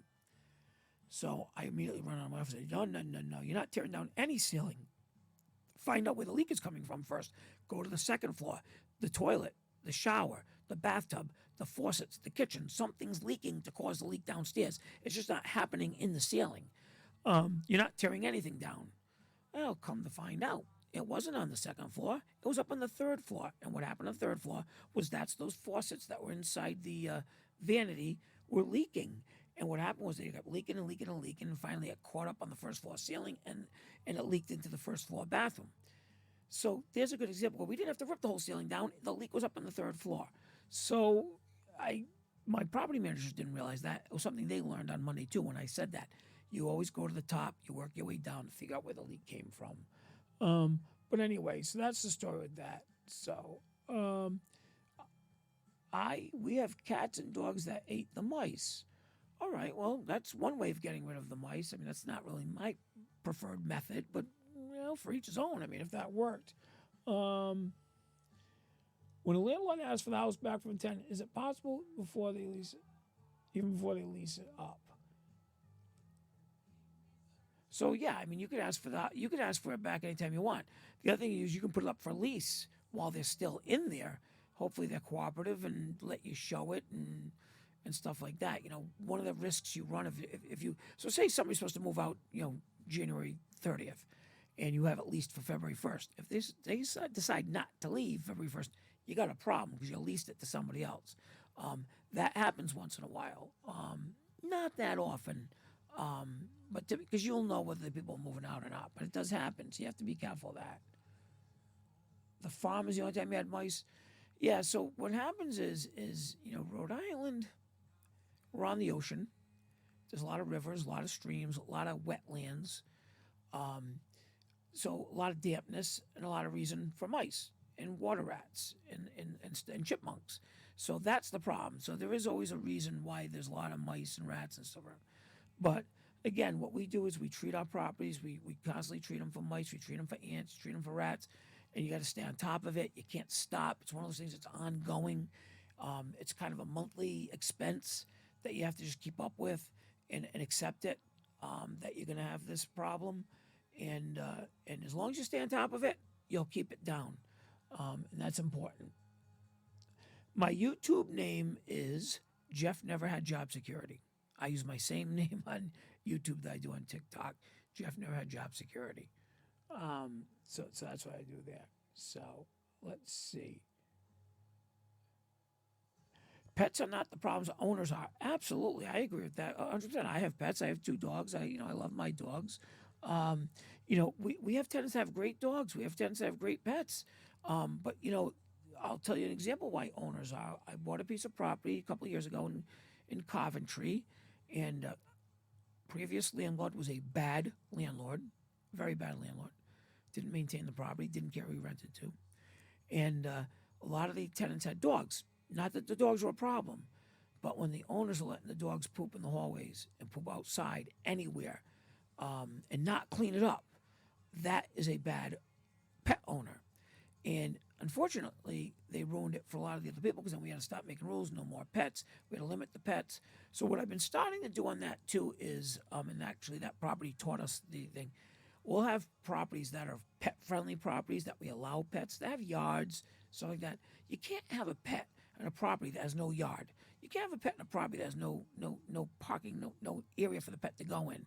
Some landlords don't care. They just want to get that rent check. They'll say, oh, good, I got my property rented. I won't do that. So we have certain properties that are pet properties, and if people want to hear the dogs bark all day long, then those 6 units all have dogs. They can all bark all day long. So that's how we do it. We actually designate a property. Okay, yep, well, that's a pet-friendly property. Same thing we do with smokers. Now we have smoking properties. We have non-smoking properties. We have smoking properties. I don't want smoking. I prefer not to be smoking. I don't allow smoking. Even the smoking properties, we call it a smoking property, but they're not supposed to smoke inside the property. They smoke outside. They do smoke in the property. But again, if I have 6 units and they're all smokers, well, they're not going to care. What bothers me is if I have a 6-unit property and one of them is a smoker, everyone smells the smoke, and I have that problem now. And I tell the tenant, smoke outside, and he won't. He swears he does, but he doesn't.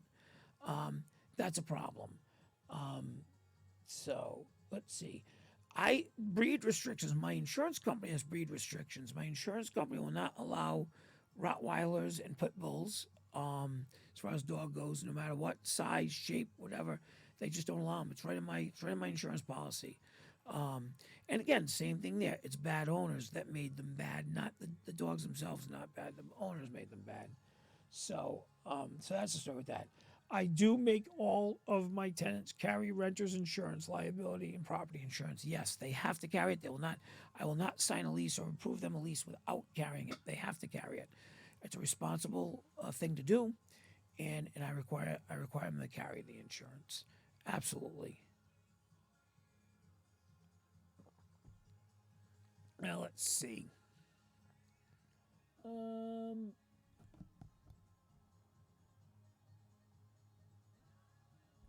So yeah, that's why a lot of insurance companies won't even insure the properties if that type of dog is on the property.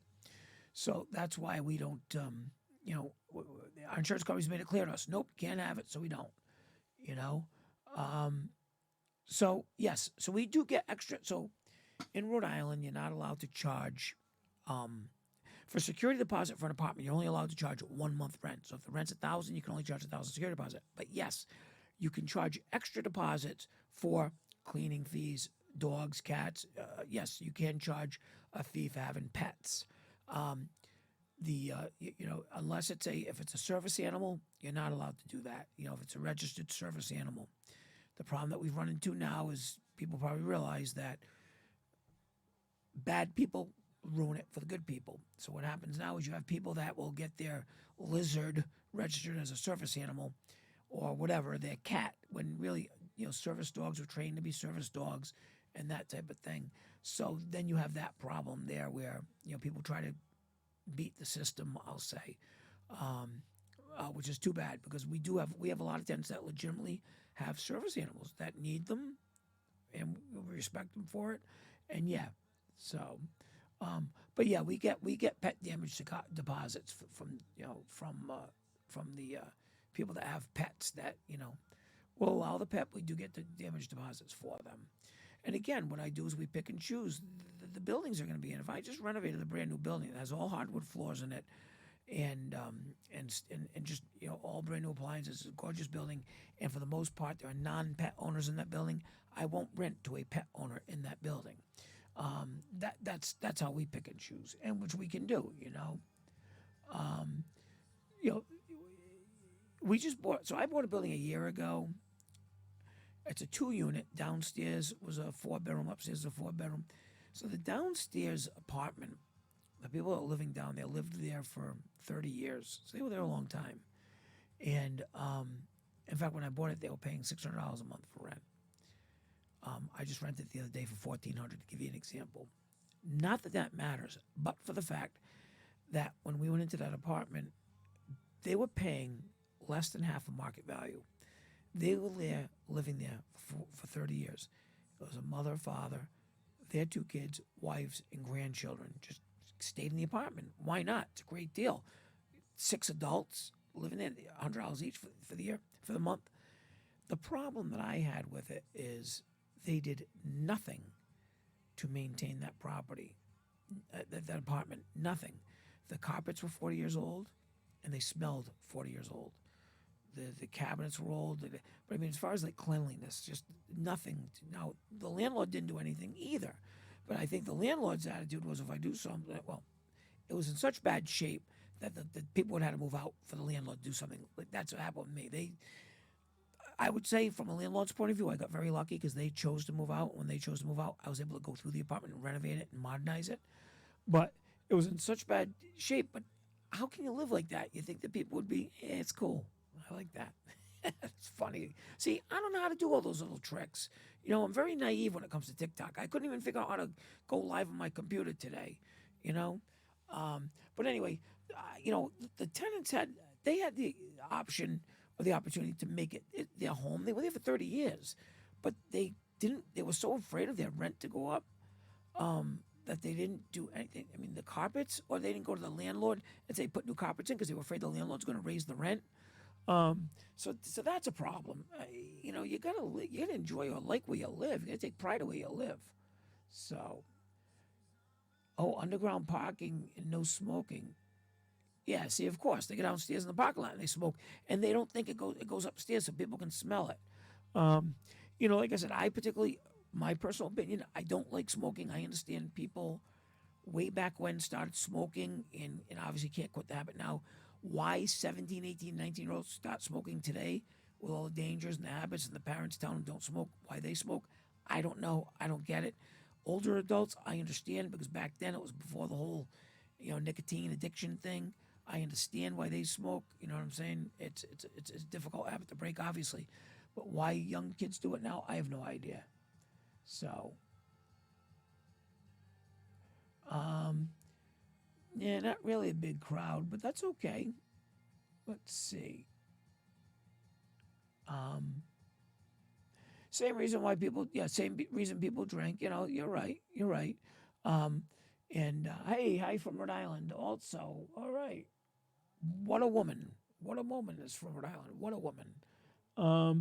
But anyway, yes. So that's why I don't have a problem with the smokers, we just put them in smoking buildings. The pets, we put them in pet buildings. We're lucky that we can do that now. I didn't have that option early on, but it does minimize issues, minimize problems. Cats are quiet. Cats, they're not like dogs that bark. So cats, you have a little more leeway with. So that's why.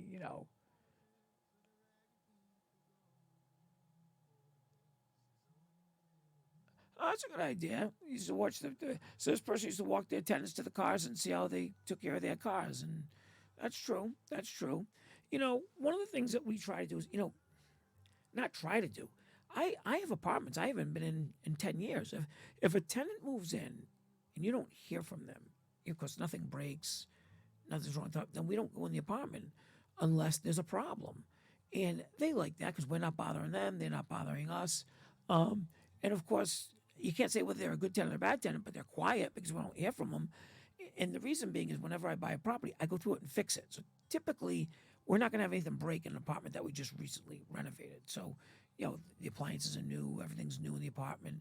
So washer valves, sink valves, toilets, it's all new. So it's going to last a while. So when I don't hear from those tenants for a while, they're a good tenant anyway, just because we haven't been in their apartment. So that's why I like those apartments because we fix them up and they're easy to take care of. How many employees do I have? So right now I have 45 employees in the winter. I have 90 employees in the summer when the ice cream shops are open. We hire 15 for each ice cream shop. But right now I have 45 employees in my different businesses. Though we have openings for 4 right now. We're trying to hire. In fact, I had some people apply today that I want to get back to tomorrow. We want to hire another electrician. We need 2 more carpenters, another plumber. So we still have 4 more openings in Elmwood Realty. And also we're going to hire a property manager. So really 5 openings. So we have 45 employees, but we're going to have 50 soon. What happens every time I buy a property? What happens? You add to maintenance, you add to property management. So that's what happens,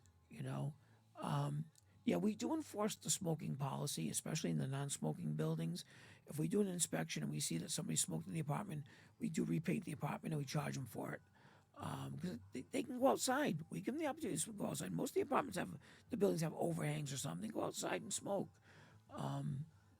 So that's the sort of that.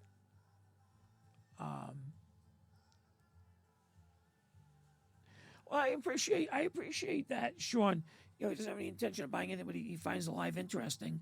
Well, you know why it's interesting? Because it's like anything else. It's like me. I don't know what a baker does. We know baker bakes, cookies or whatever, a Dunkin' Donuts maker. But sometimes it's nice just to hear what other people do for a living, or what they do.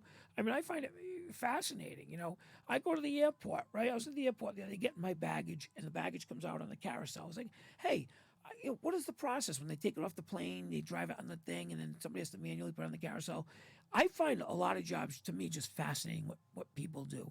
So even though you're right, you're not buying anything, you're interested in what the life of a landlord or tenant is, and that's what I look at. Different jobs, what people do for a living in different jobs. It's all fascinating to me. That's why I always say electricians and plumbers. I mean, when they get that education to be an electrician or a plumber, that's quite an education, and it's fascinating, and they have great opportunities. And that's why I look at everybody who has a job that works hard. There's always a story behind it, That's what I meant. You have no intentions. I figured that, and that's why you were just saying, but you still find it interesting. I knew what you meant, Sean.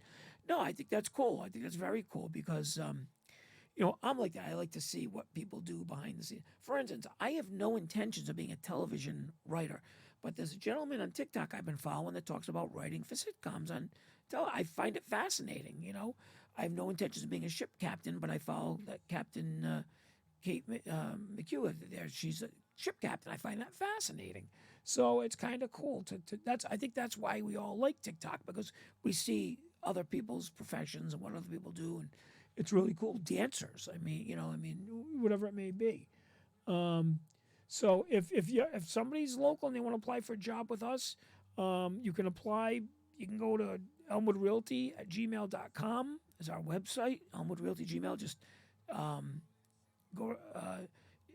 You can. That's our email. You can send us an email, and with your phone number or just a resume of what you do. That's what I always ask people to do: send a little resume. It doesn't have to be a formal resume. Just I'm not like that. You send me a list of what your qualifications are, if you're an electrician, if you have electrical experience. We have licensed electricians. Sometimes we're just looking for apprentices or helpers. There's a lot of people that have life experience, plumbers that have just done it all their lives, worked for somebody else, have all the skills, don't have the license, but they can work under our licensed plumber electrician or get their apprenticeship card. So that's nice too. I have a licensed broker on my team, but it's funny, I don't. So Andrew is a licensed real estate broker, and it's nice because he has the ability to get into the MLS and look at what's for sale, and look up pricing and get me pricing for stuff. But I do use two outside brokers to do my purchasing and my sales, and Andrew works along with them. But yeah, I use outside people to find me properties. I have one broker who's aggressively sending me properties almost every day. I don't show interest in all of them, but again, he's doing his job by sending them to me, and it's my job to look at them and see whether it's worth it or not. We had a unique situation the other day where we went to look at one piece of property that somebody was selling, and just through conversation, we found out they had four other very nice properties that are not on the market yet that I was able to negotiate and purchase before they got on the market. So that's where it's nice. That's where it's nice. Let's see. I don't need a machinist or toolmaker yet, but you know what's funny about that? So my father was a toolmaker and machinist by trade his whole life. He's retired now. He retired 25 years ago, but he was a machinist toolmaker. So I'm very familiar with machinists and toolmakers and what they do. And there's a craft. There's a craft. I remember when I was a little kid going to the power press room, and he was making the tools to go on the power presses and stuff like that. So again, fascinating because that's a craft. You're learning the tool making craft. Do I own any federal subsidized housing? So I do own. I don't have subsidized housing as far as the properties I own, but I do welcome subsidized housing. So I have Section 8 tenants. I have probably 50 Section 8 tenants. That are federally subsidized through Section 8 assistance, and we have 50 tenants, and we welcome them. And I talk about that all the time. People get nervous at Section 8. There's nothing to get nervous about. They have to go by the same rules and get vetted the same way any other tenant does. They have to live by the same rules that we have, and if they don't, they will go as well. So that's what happens. That's what happens with the Section 8 tenants. So it's federally subsidized housing. We don't have a building that's federally subsidized. We do it by the unit. That's how that works.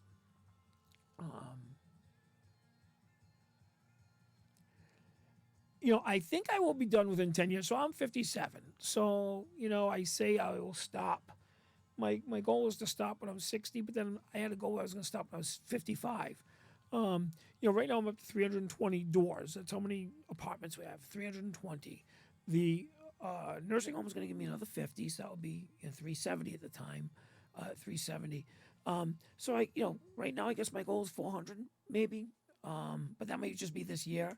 But yeah, I think when I'm 60, I'll stop buying and just maintaining.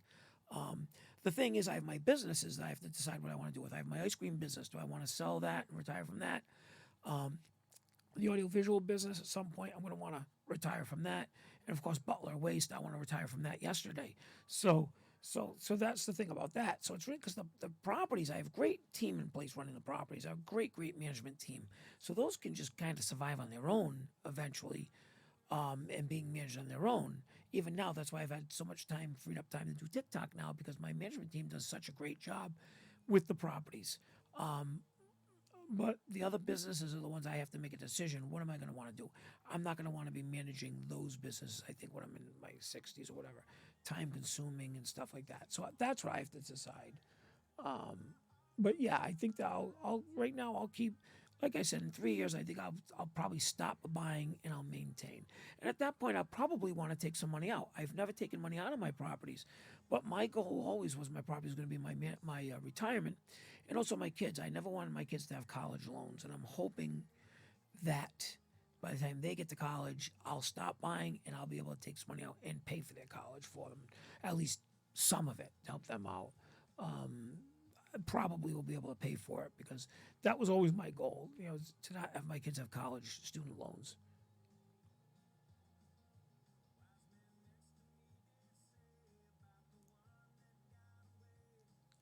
So I did consider. So when I bought the nursing home, that's a good question about the senior housing. When I bought the nursing home, I didn't buy it originally to make it into apartments. I bought it originally because I was going to convert it to assisted living. It's already zoned for that. It would have been a renovation and do assisted living. Everybody knows what assisted living is. That's the new craze. So originally I was going to do assisted living, but then I decided assisted living is not my purview. I don't know anything about it. I would have to bring in a professional team to run it, obviously, an experienced team. But also, it's very expensive to get into because you have to hire a kitchen staff, you have to have the nursing staff, the management staff, and so yeah, it's a whole nother business. It's a whole nother business, a very lucrative business for the people that are in it. But that's what I originally was going to use the nursing home for. Then I thought, okay, I'll just do independent senior housing there. But what I'm going to do is it's going to be apartments that are going to be available to anybody. Typically, though, they're going to be 2-bedroom and 1-bedroom apartments. Not really family friendly apartments, more of adult. What do they call professionals, adult professionals, or seniors, older people. It's in a unique area because in the area there's not a lot of housing for older people there in Patuxent Village. And so I think that it's going to end up being a lot of older people, seniors that live there anyway when I get done with it. I think that's what's going to happen.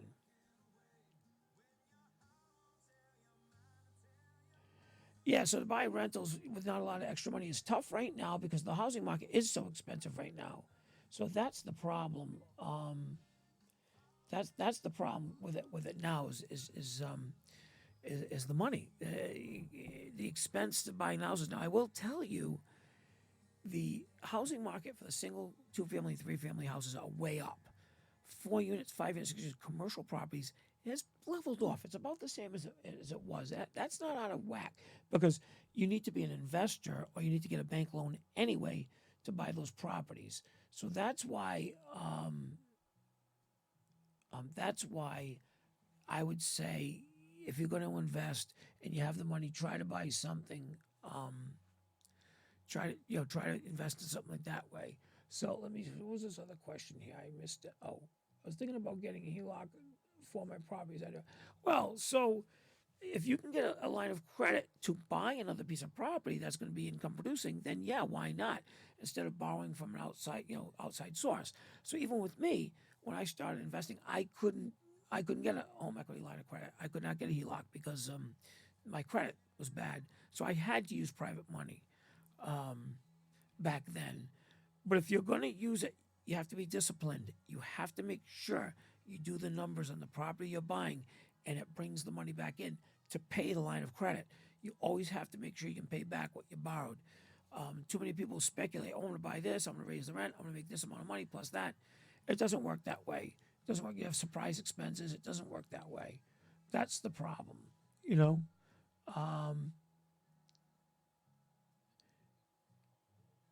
The yeah. So I appreciate.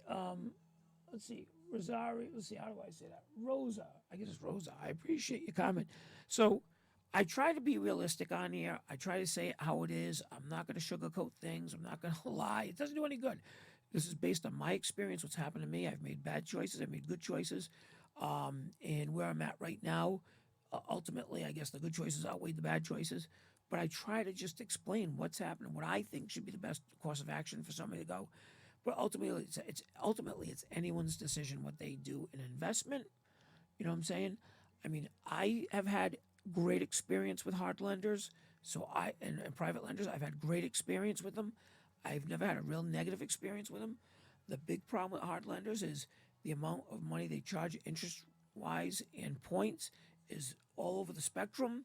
So you have to shop around and find one that you're comfortable with. Right now is a good time to find a good private lender because they're they have an abundance of money because there's not a lot of auction houses or flip houses out there. So the hard money lenders are sitting on their money, not making the money that they used to making when the times are good. So that's why I would say right now is a good time to find a hard money lender. I'm lucky over the 14 years I've built up a really nice team of hard money lenders. I call it a team because I go to different ones for different potential deals. What's going to work for me, and it's been great. Hey, Lone Wolf, how you doing? In 2016, the message was to go buy distressed multifamily properties, and it went. So here's the story with that. I agree with that. Now, in 2016 is when I really started going hot and heavy and buying the single family flip houses. But the profit that I made from those went into my multifamilies. So that's what I did. I rolled all the money that I was making on my flip houses into the multifamilies, into my portfolio. So when COVID hit, I didn't have a lot of single families to buy because the auctions got canceled. But yeah, I was buying my multifamilies, and my construction crew was working on my multifamilies, which they still are. Um, you know, and every time I buy a property, it needs something. It always needs something. Properties. I have painters. I have 4 painters that work for me. And this afternoon, one of them texted me, "Where do you want me to go tomorrow?" Well, I don't normally make that decision. Andrew does. He knows what properties need what done. So I texted Andrew, "Where do you want them to go?" And he said, "Oh yeah, we have an apartment that needs to be painted."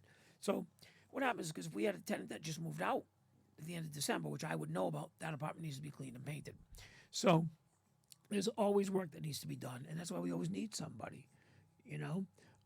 But yeah, in 2016 is when I started going hot and heavy buying the flip houses, right up until COVID. It died down during COVID. I was able to buy a few during COVID. Plus, I had something to work on, so we never slowed down. And now, like I said, the auctions came back. I bought that one last week at the auction.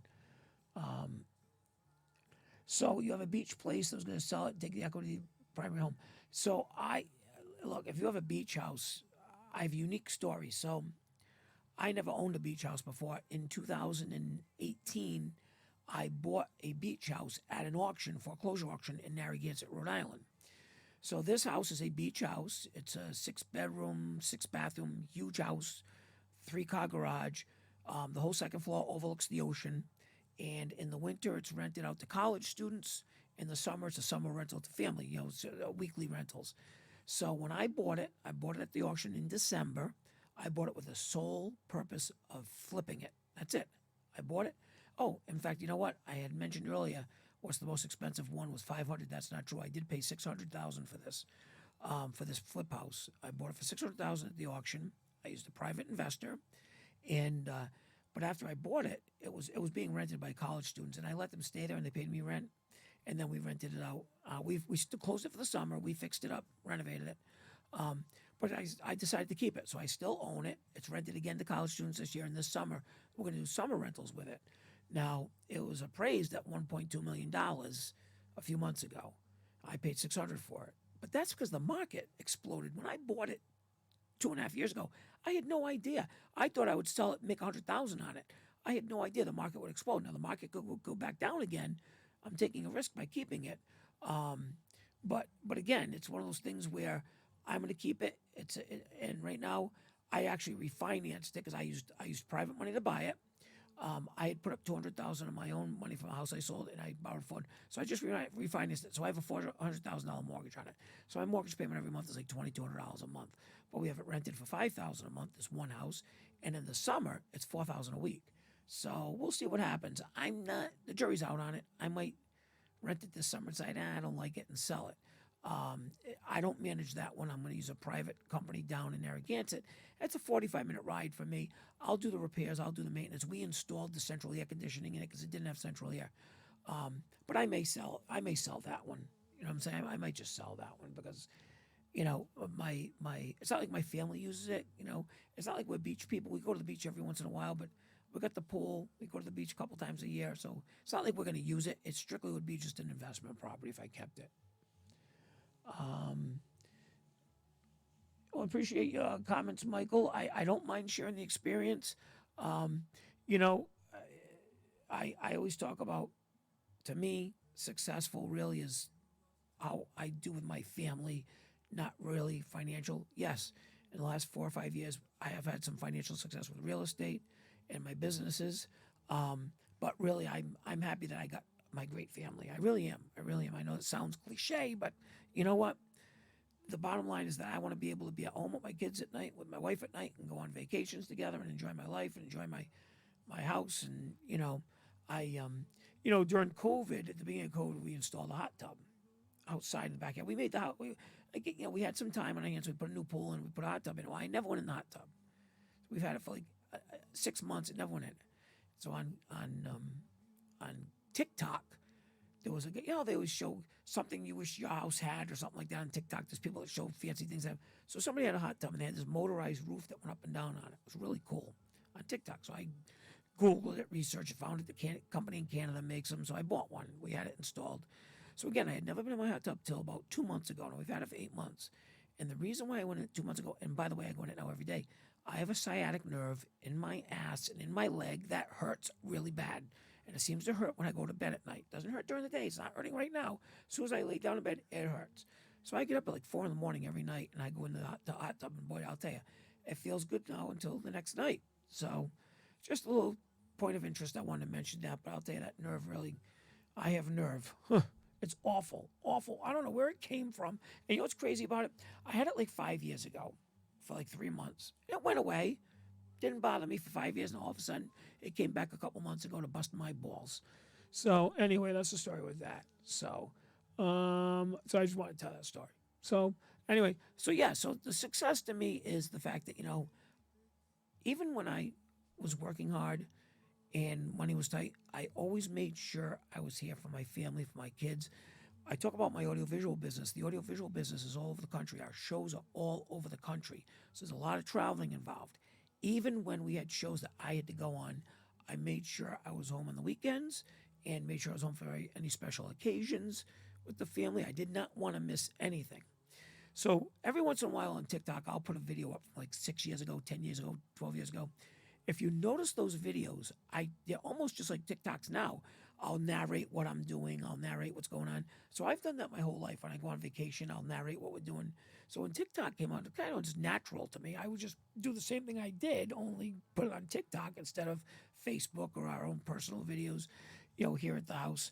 My daughter was, just before Christmas, she was complaining, I guess, to my wife that, she sees that there's a lot more videos of my son, who's 3 years old and 2 years older than her, 2.5 years older than her.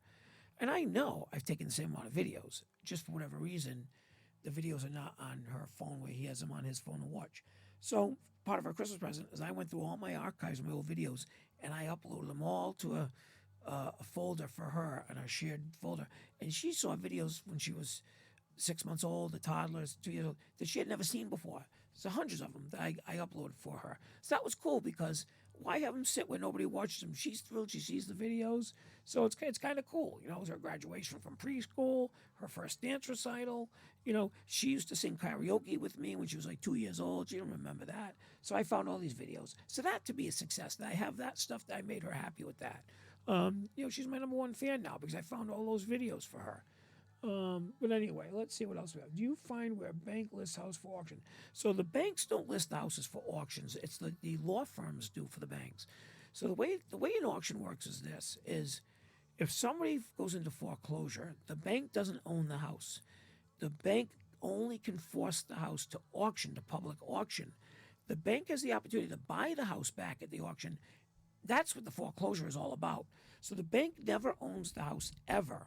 Okay, they hold the mortgage to the house, but they don't own the property. What happens is if the person falls behind, the family falls behind, and he falls behind on the mortgage, the bank now needs to force the auction, the foreclosure auction. What will happen is at that auction, either an individual will buy the mortgage, pay off the mortgage, I buy the house, pay off the mortgage like I do, or if nobody buys it, the bank will buy it back, but now the bank owns it. See, before the bank doesn't know, they just can't take it and sell the house out from under you. They have to own the house or sell the mortgage. And that's what the foreclosure auction is all about. So what happens is the bank forces the foreclosure auction. They hire a law firm. They advertise the auction, advertise when it's going to be. Then, of course, me as an investor, I look at when it's going to be. It's advertised in the paper. It's advertised online. I'll go to the auction along with all the other people that want to buy it. And then we buy it. Now, I'll give you an example. Say the bank is owed $300,000 in a house. That's what they're owed. And that's the house is only worth $200,000. So we're going to go to the auction. They're going to start the auction. I'll bid 150. Some people 175. I'll bid 200. But now all of a sudden, I stop bidding because the house isn't worth more than that. To me, it's only worth 200. So then what happens is nobody bought it at the auction. It goes back to the bank. What that means is the bank bought the house back. Now the bank owns the house. Now the bank has lots of choices. They can discount what's owed on it, take a tax write-off, take a write-off on it, and they can just list it with a real estate agent to sell it then, because now they've bought it back at the auction. They own it. They can do what they want with it. Before that, they couldn't do what they want with it. Now let's go the other way. The house is worth $500,000, but the bank is owed $300,000. If the house is worth $500,000, the bank's only owed $300,000. That means when we go to the auction, if I bid $250,000 and somebody bids $300,000, that means the bank now is out of it. They're paid back. I bid $310,000, somebody bids $330,000. I bid $340,000, somebody because it's worth $500,000. I bid $350,000, somebody bids $400,000. If that person buys the house for $400,000, that means he won the house. The bank gets their $300,000 back. The extra $100,000 pays the fees and goes back to the owner who got foreclosed on. They actually get money back because the bank can't keep their money. And then the guy who bought the house for $400,000 takes it, fixes it, sells it for $500,000, and makes his money on it. So that's how the auctions work. The auctions are very the auctions are very, very interesting. Yeah, videos are like our parents' slideshows. They are. They really are. It's kind of nice to look back at the old videos when the kids were young, and that's why I put the one on. So what happened was I was going through my old videos looking for some for my daughter, and I came across the one where I was doing spelling words with my son from like 2013, and I put it on TikTok just because I thought it was funny, because that's how I used to do the stuff with him. I made it into a game show type of thing. So that's the story with that. No, I did not go to Boris Johnson's New Year's Eve party. Why are you using private investors when you're three? So that's a good question. Why not? Why not? Why would I tie up my own money when I can have private investors work with me? And I've talked about it before too. Even with 370, so I have 370 doors, not 370 properties. I have 62 properties, 370 units. And like I talked about before, most of them, I'd say 2/3 of them have mortgages on them like any other property. But I have partnerships with private investors, and I will use private investors because they're making money and I'm making money, and it's freeing up my money. Why would I type all my money when I have other guys I can work with? I'm making them money. And the reason why I keep them at arm's length close to me is because there are opportunities. For instance, there's an opportunity that came up the other day. It's going to cost me $1.5 million that I don't have in the bank. I just cannot go and take out one with my ATM card. But it's a cash deal, so I can go to one of my private investors. Hey, look, can I borrow 1.5? I want to buy it. It's a cash deal. I can get it this week, and I'll refinance it and pay you back in 2 months. So the private investor wins because he gets a little bit money on it. He gets 10% interest on his money, and I win because I just bought the property cheaper than I would have using my money or using a bank at this point, because the people need the money right away. So that's why I use private investors, because I want them there, and they want to be there for me. And there's a good example. Now, if they say, no, we're not going to give it to you, then obviously I will have to use my money or go to the bank and use money. But I will always let my private investors get involved and deal with me for that reason, because A, I'm making them money, and B, they're giving me the opportunity to get something quick. And the more I borrow from them, the more I pay them back, the more I can borrow the next time. So I'm building equity with them. I'm building a relationship with them that's only going to get bigger and better. And that's how it's worked for me. Again, I'm not saying that will work for everybody. There are some people that don't want to share the wealth, or they don't, they want to just keep it all themselves. For me, I like working with other people. Ultimately, it's my property. I own it, but it's nice to have other people use other people's money. And it frees my money up to do whatever I want. In case there's an emergency, I have a repair, whatever. I do use my own money for smaller investments, but like I said, in that particular case the other day, there's a good example where, I need $1.5 million for this great deal. It just came across my desk, and I'll talk more about that after it closes and share the information on that. But yeah, that's why I do that. But I do have 320 units, 63 properties, and like I said, with that, if I stop buying, then yeah, I'd have a lot of cash on my hands, but I keep putting the money back in. So, and even on that, I'm going to put some money in that deal too. Oh, thanks for calling me cute chicken nuggies. Let's see.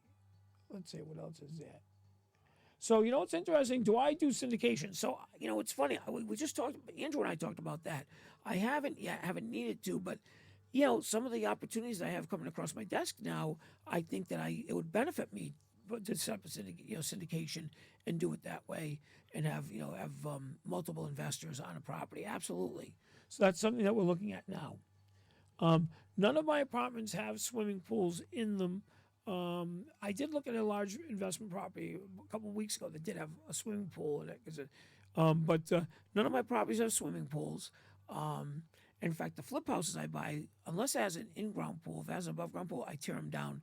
I sell the houses without any pools, unless it's an in-ground pool. If it's an in-ground pool, I have a pool company come in, get it up and running, make it nice, clean it up, get it ready, and sell the house with the in-ground pool. But none of my rental properties have pools. So, yeah, good management is so important. I pride myself on how well, and we're not perfect, how well we manage properties compared to what I buy. Every day I learn that we are doing a great job managing our properties. Though I'm hard on my property managers, they're hard on themselves. We were talking about the other day that we still an uphill battle for us, but we are getting so much better. Just little things, little things that we're learning.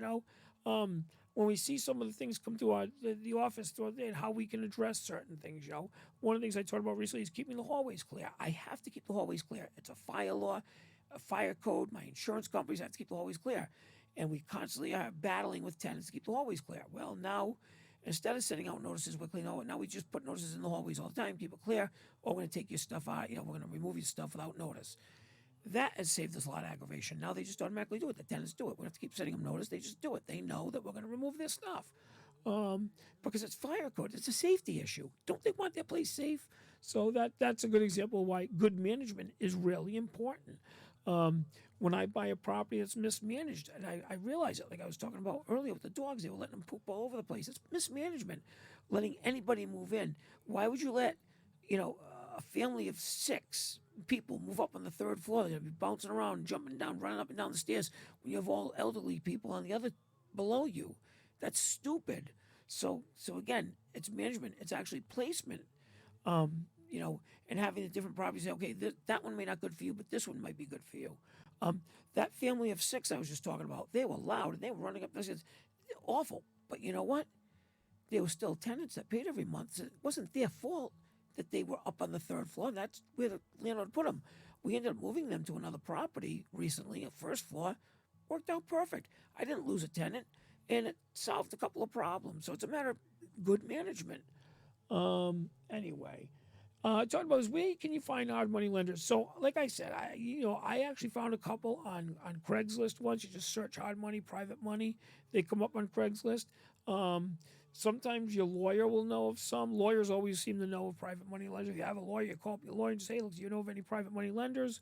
My lawyers hooked me up with 2 or 3 over the years.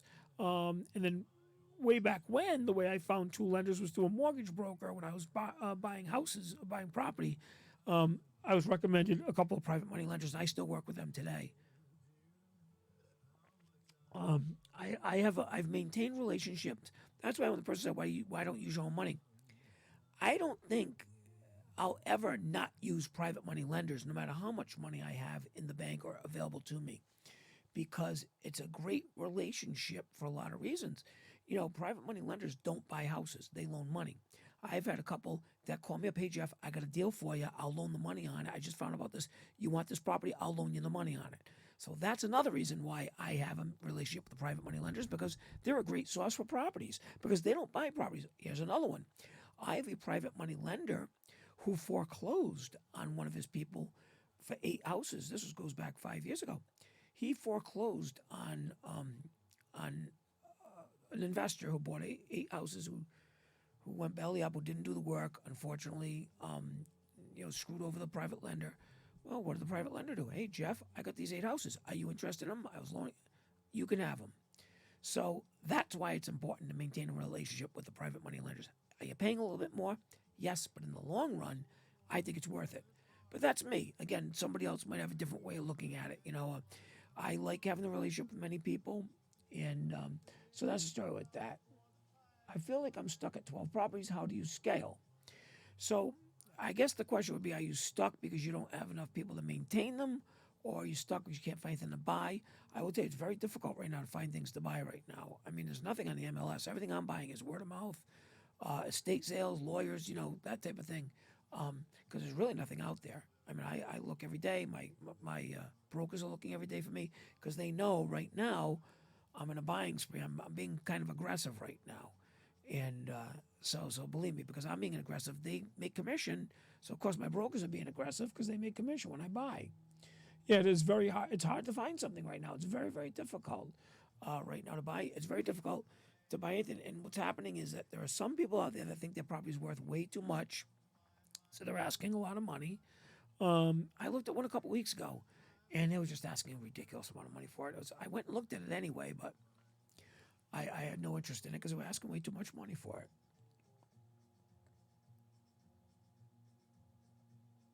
Let's see. I would love to find a good lender. I have my own remodeling business, just not all the money. So you're talking about to buy property. So yeah. So what you do is like I said, the best way is you look on search. You can search Google hard money lenders, but I've never had any luck with that. I find like a local. You want a local guy because they're going to want to see the property. They're going to want to drive by. When you use one of these national people, they're going to want appraisals done. Then I feel very uncomfortable with that. I feel like, okay, now they're charging an appraisal fee, they're charging a fee, an application fee, and they decide they don't do the loan. Well, you know what? They didn't lose anything because they charged you some fees. So I don't believe in that. I believe in using local lenders, local investors. But let's see what else is there. Uh, yeah, I guess that's that. But I had a couple of questions. People were asking me. I think I answered a couple, but let me see. Oh yeah, why do I use investors? I told you that. I already answered that one.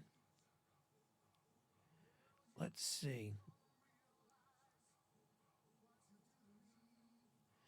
Oh, all right, I answered that one. See, this is easy. When I already answered them, then that's good. Delete. All right. Oh, here's one for you. So somebody had made a comment on one of my TikToks, and they said, "You're the problem. Why home prices are so high?" Okay. People can go to a house and buy a rundown property and fix it up themselves. Well, that's not true. What happens is a lot of these properties that I buy are not financeable.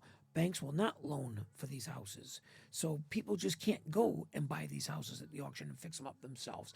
That's a false statement where I'm the problem. No, actually, what's happening is people like me take these rundown houses that are vacant, abandoned, we fix them up. Now anybody can go get any type of loan, a standard conventional Fannie Mae loan or a bank loan, and borrow the money and buy this house to live in. So that statement is not true. We are not the problem. If anything, we're the solution because banks are so picky as to who they loan to. They will not lend to a house that needs work. And that's why even now when we have home inspections, what do the home inspections do? They look to see what won't pass by a bank. So that's why it's very important that you have people that will buy the houses, fix them up. Now, yes, does it make the house more valuable? Absolutely. That benefits the taxes of the city because the city's now making more taxes in the house. But at the same time, the house is sitting there. Nobody can borrow the money on it. So that's why we're not the problem. So I want to make a comment on that. That's not necessarily a true statement that we are the problem, the investors. No, if anything, in my opinion, we're the solution because the people that could not afford their homes could not afford to fix up their homes. The homes have problems. I have one now that I bought.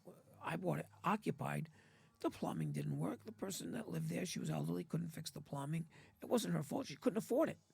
Okay, so that's why. But anyway, we were able to take the house and fix it. All right, let's see. Oh, what's the weirdest thing that you have found in a house that you've purchased? Okay, the weirdest. We found some weird stuff. I mean, we found a room full of sex toys before. We found a samurai sword. I don't know if that's weird, but we found a samurai sword before. I did find that WWE signed autographed collection. Found that. Found a gun collection, a large gun collection, once in a foreclosed building that I bought. So those are some of the weird things that I found. I guess you consider those weird.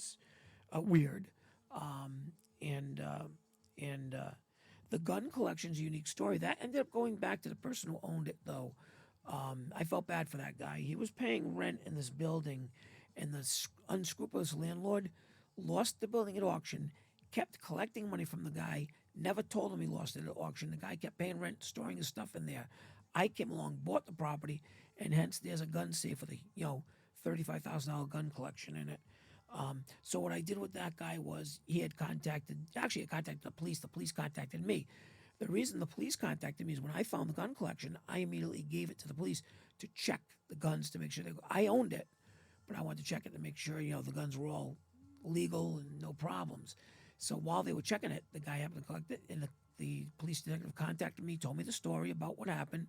They charged the building owner for collecting money under false pretenses. So I talked to the gun owner, and what happened was this was a rather large building, and he occupied a large space in the building. So I made a deal with him. If he cleaned the building spotless, which saved me about $5,000, he could have his gun collection back. I don't want his gun collection. And that's exactly what happened there. So that was the story with the gun collections. That was kind of cool. All right, let's see. Why do you try to get in, but most of the time buy sight unseen? Well, obviously you always want to try to get into an auction house before the auction to see what it's like. You might be pleasantly surprised. I've bought a couple where I was pleasantly surprised. We get in there and the kitchen's beautiful with the granite countertops and stainless steel appliances. That's happened.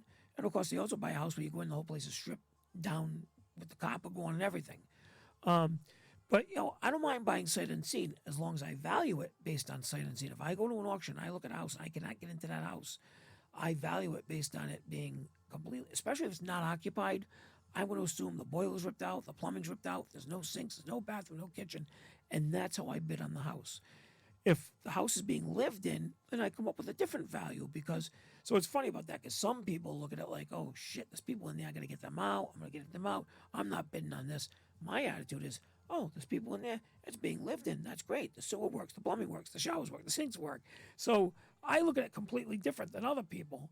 And of course, I do have to deal with getting them out, and I have my own way of doing it, which I'm happy about the way we talk to the people, and we've never had a problem. We've never had to evict anybody. We've always had a good relationship transition because we can offer them apartments.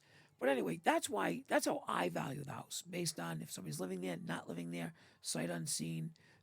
Now, if I get into the house before the auction, that's a different story. Now I can value it based on as is, what it is worth. So,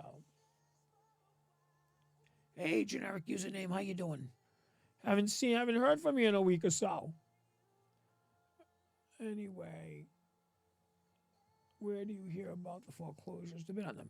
So the auction. So here's how it works: the lawyers for the banks, they hire an auctioneer to set up the auction for the house. So in Rhode Island, there's like 7 licensed auctioneers, 8 licensed auctioneers that do foreclosures. So when the lawyer hires the auctioneer, the lawyer will advertise the house in the newspaper for auction, but then the auctioneer will advertise it on their website or advertise the date and time of the auction, the terms of the auction, what the deposit is. So that's the auctioneer's responsibility. So all I do is I go to the auctioneer's websites and I look at the list of auctions and decide which ones I want to go to a bid on or not bid on or not go to. So that's how we find out about the auctions. What happens is very often, so here's the problem with the lawyers advertising in the paper. They'll advertise it in the paper, but by the time it gets to the auctioneer's website, the people may have cured the foreclosure, they paid the back bill, so it gets canceled. But even when it gets listed on the auctioneer's website, very often they get canceled because the people either, hired an attorney, filed bankruptcy. If somebody files bankruptcy, it immediately stops the auction.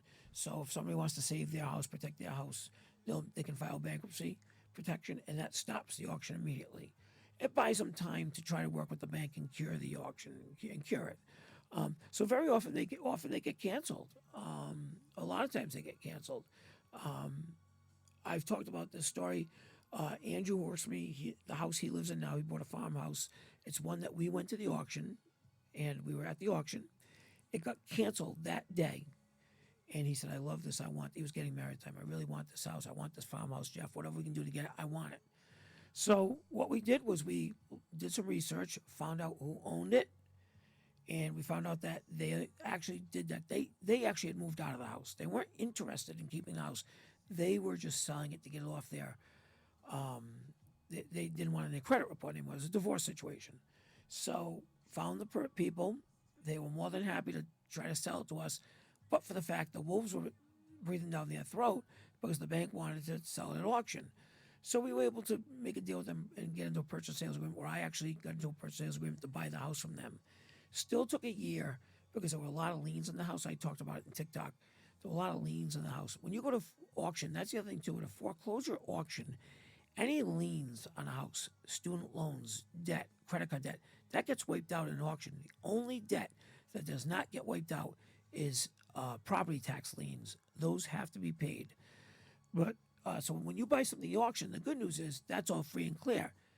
But again, what happened in this case is the auction got canceled, so we were entering into a regular purchase sales agreement with these people because Andrew really wanted this house, and it was a great deal for him. So we entered the deal, but they had a lot of liens. So it took a year to clear the liens. Each one, negotiating with each person, our lawyer, negotiating each one, finally got cleared. I bought the house, and then at that point, Andrew and his wife were able to go out and get a mortgage, and they bought the house and got a conventional mortgage, and they live in there now, and they're fixing it up. It needs a lot of work, but they're fixing it up. And but it was a great, great purchase for them. It's a great house for them to raise a family in. So it worked out really well. And we found it, though, by going to the auction. It was an auction house that got canceled, and we circumvented the auction. So we got lucky. But anyway, so that we find the auctions online. And, even last week. So last week I was going to go to 3. 2 of them got canceled. I went to the third one that did go on, and I bought the house for the $265,000. That, like I said, a couple of people on TikTok said I paid too much. I don't know how they can come up with that determination when, again, I was bidding against other buyers there. So the way the auction works is auction is a market. The market is the people they're bidding on it. You pay what the market will allow. If I didn't pay $265, somebody would have got it for $264. So that's what the market would allow, was that number for that house that day. And again, since then I've had it appraised. Once I fix it up, it should be $429, $399 minimum.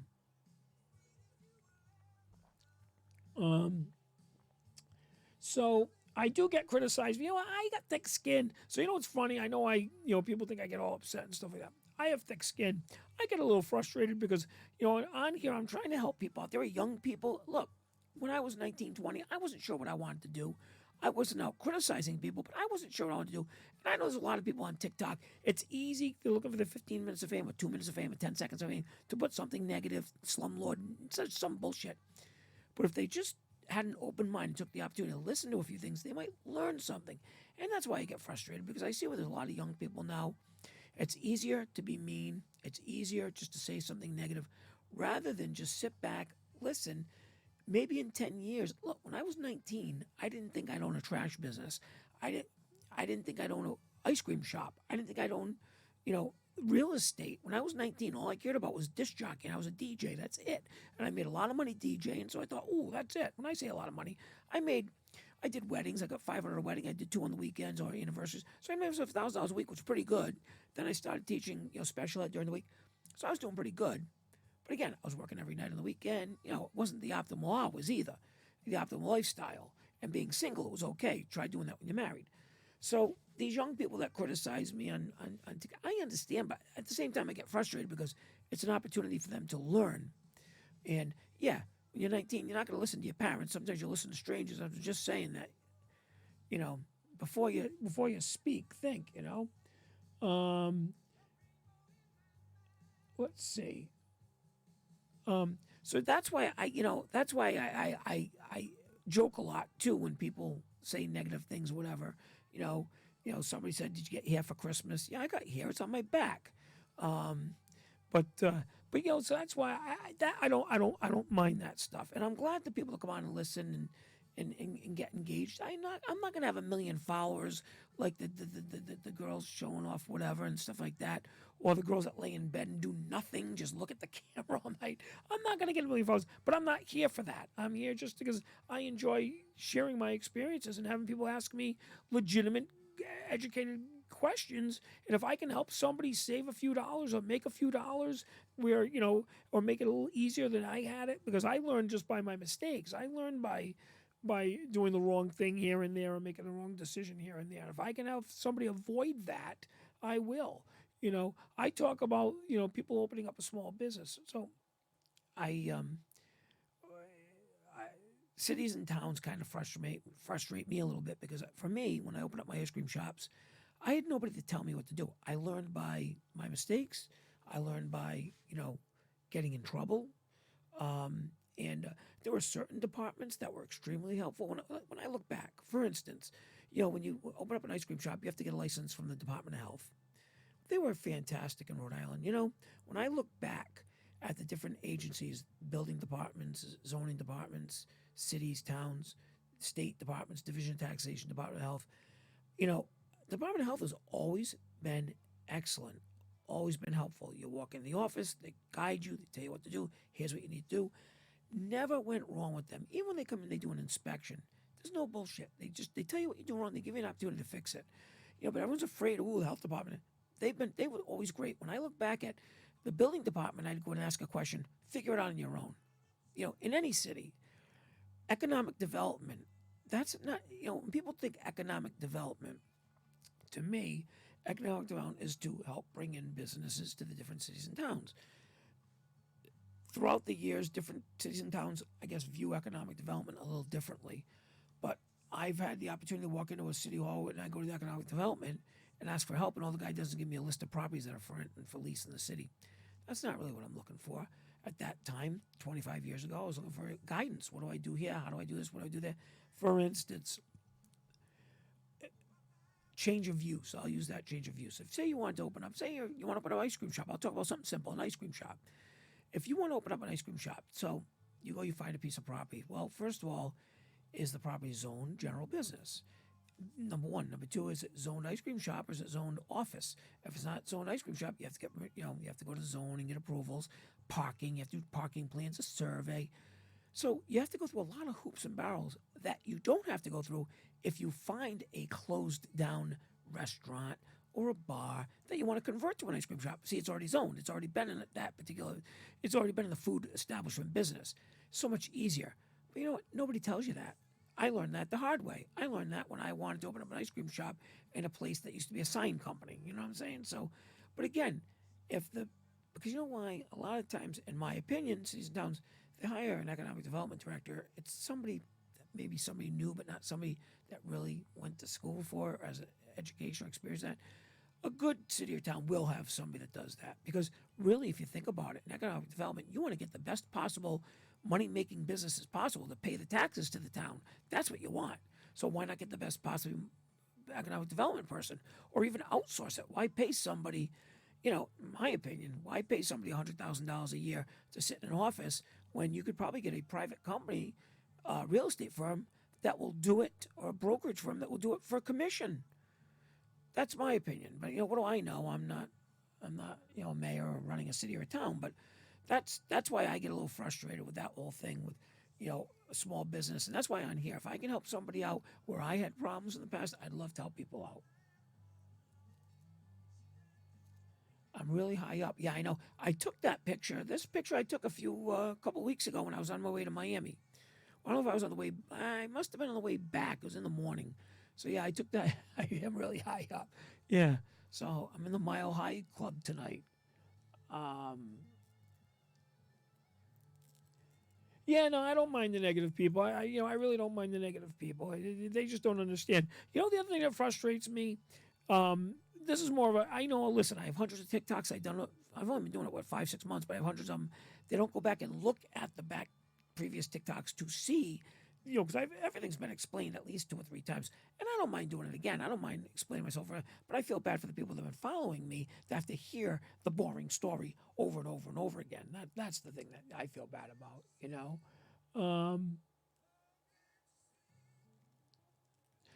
Storage units. So I did own I just sold it a couple weeks ago. I owned a 26,000 square foot warehouse, 3-story house, and I thought about converting it to storage units. But I chose not to. I just didn't do it. Storage units is a great investment, but again, that's not my purview. It's not something I do. But I did think about converting to storage units. But I had a great I bought it at an auction, and I had a great offer on it. So I couldn't refuse. I had to sell it because I had a good offer on it. But I'm not against doing storage units. They're popping up everywhere. People are doing storage units everywhere. And the only storage units I dabble in is I make storage for my tenants downstairs, and if there's opportunity in the buildings, I don't charge for those. And I have a lot of garages that I rent out for storage units. So the ice cream shop, you own the building. It's actually a real estate investment, I believe. So the ice cream shops. So what happens is that in my particular case, I own all the buildings that my ice cream shops are in, but I also own buildings that have ice cream shops in them that I don't own the ice cream shop. But my very first investment I ever bought in 1998, I was actually buying an ice cream shop, and the people that were selling the ice cream shop owned the building, which is a 10-unit building, 5 commercial downstairs, which had the ice cream shop, and 5 residential. And we were in the process of me buying the ice cream shop, and all of a sudden they decided they wanted to sell the building, and I ended up buying the whole building. That was my very first investment, and it came with the ice cream shop. But yes, I have another building in 2002 that I bought, a commercial building that had a sign company in it, and I moved my audiovisual business in there. And where the sign company was, I converted that to an ice cream shop, and that was quite the task. It was a burdensome task that I didn't realize I was going to. But again, the city was difficult, the zoning was difficult, the approvals were difficult. It's time consuming. You want to get it open quick.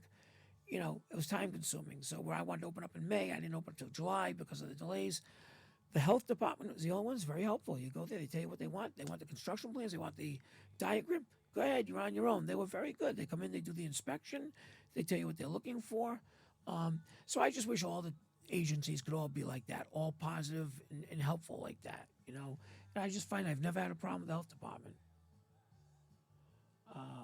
Let's see. Oh, Vancouver Island, Canada. Wow, okay.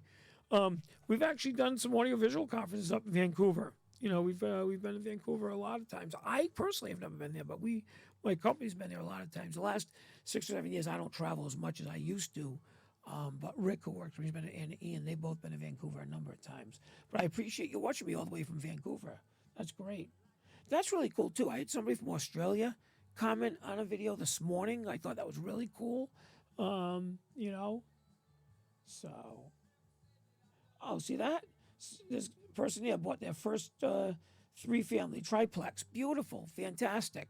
So, the thing is, there's a good example. You get your first one, and once you get your first one, you get your feet wet. You kind of learn some of the things. You learn the tenants. You learn what you can do, what you can't do. You learn if they're not paying enough. You want to raise the rents a little bit just to be closer to market value. And now you start saving. You get your next one. You get your next one. Once you get going, it goes pretty quick. Like I said, this is all with me in the last 5 years. Really, the last 3 years. The 2 years I was doing the house flipping and started my portfolio. The last 3 years is really when I got real aggressive for the real estate during COVID. My audiovisual business was a little slow at the time, so I really was able to focus on the real estate. Now the audiovisual business is back. Now I got both going, plus Butler Waste. The ice cream shops are closed right now, but they open up again in March. So that's why it's crazy, The property prices have gone crazy during COVID. I think that they're still going to stay high another year or so, year and a half. They're going to stay high until the banks start foreclosing, and then all the houses start getting on the market. I think that's when you're going to see the prices come back down again. I don't see any dips in these single or 2-family houses for a while. The inventory is low, and the inventory is low because people that are not paying their mortgage are staying in the houses, staying with the houses. The banks are not foreclosing yet, but I think it's going to start happening, and when it does, it's going to hit big time.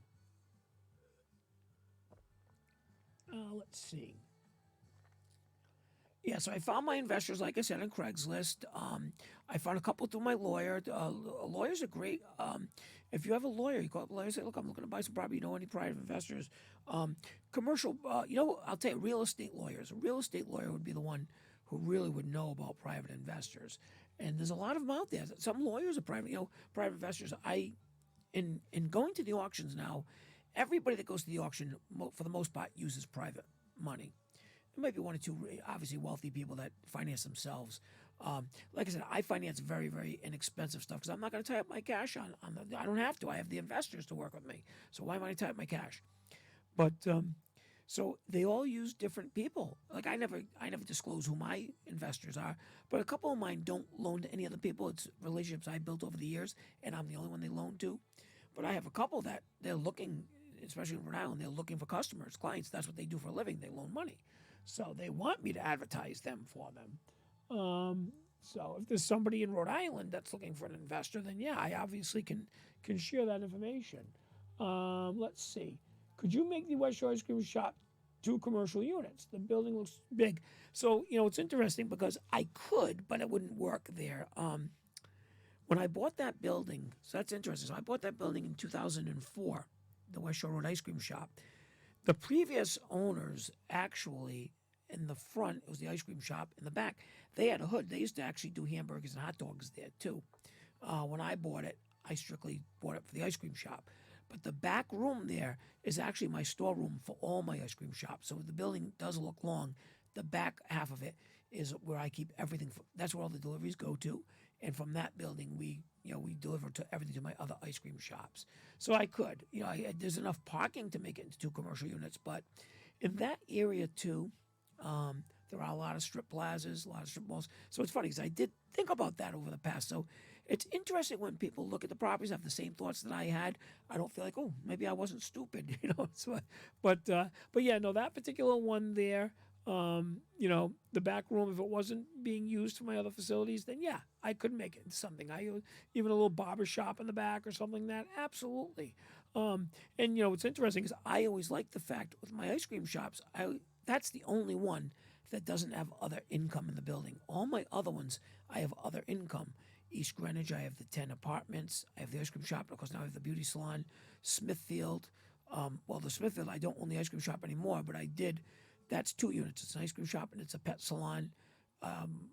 Cranston, Broad Street, I have 10 units, the 5 commercial, one of them is the ice cream shop. So all my other properties have other income coming in besides the ice cream. So in the winter, when the ice cream shop is closed, I'm not losing money.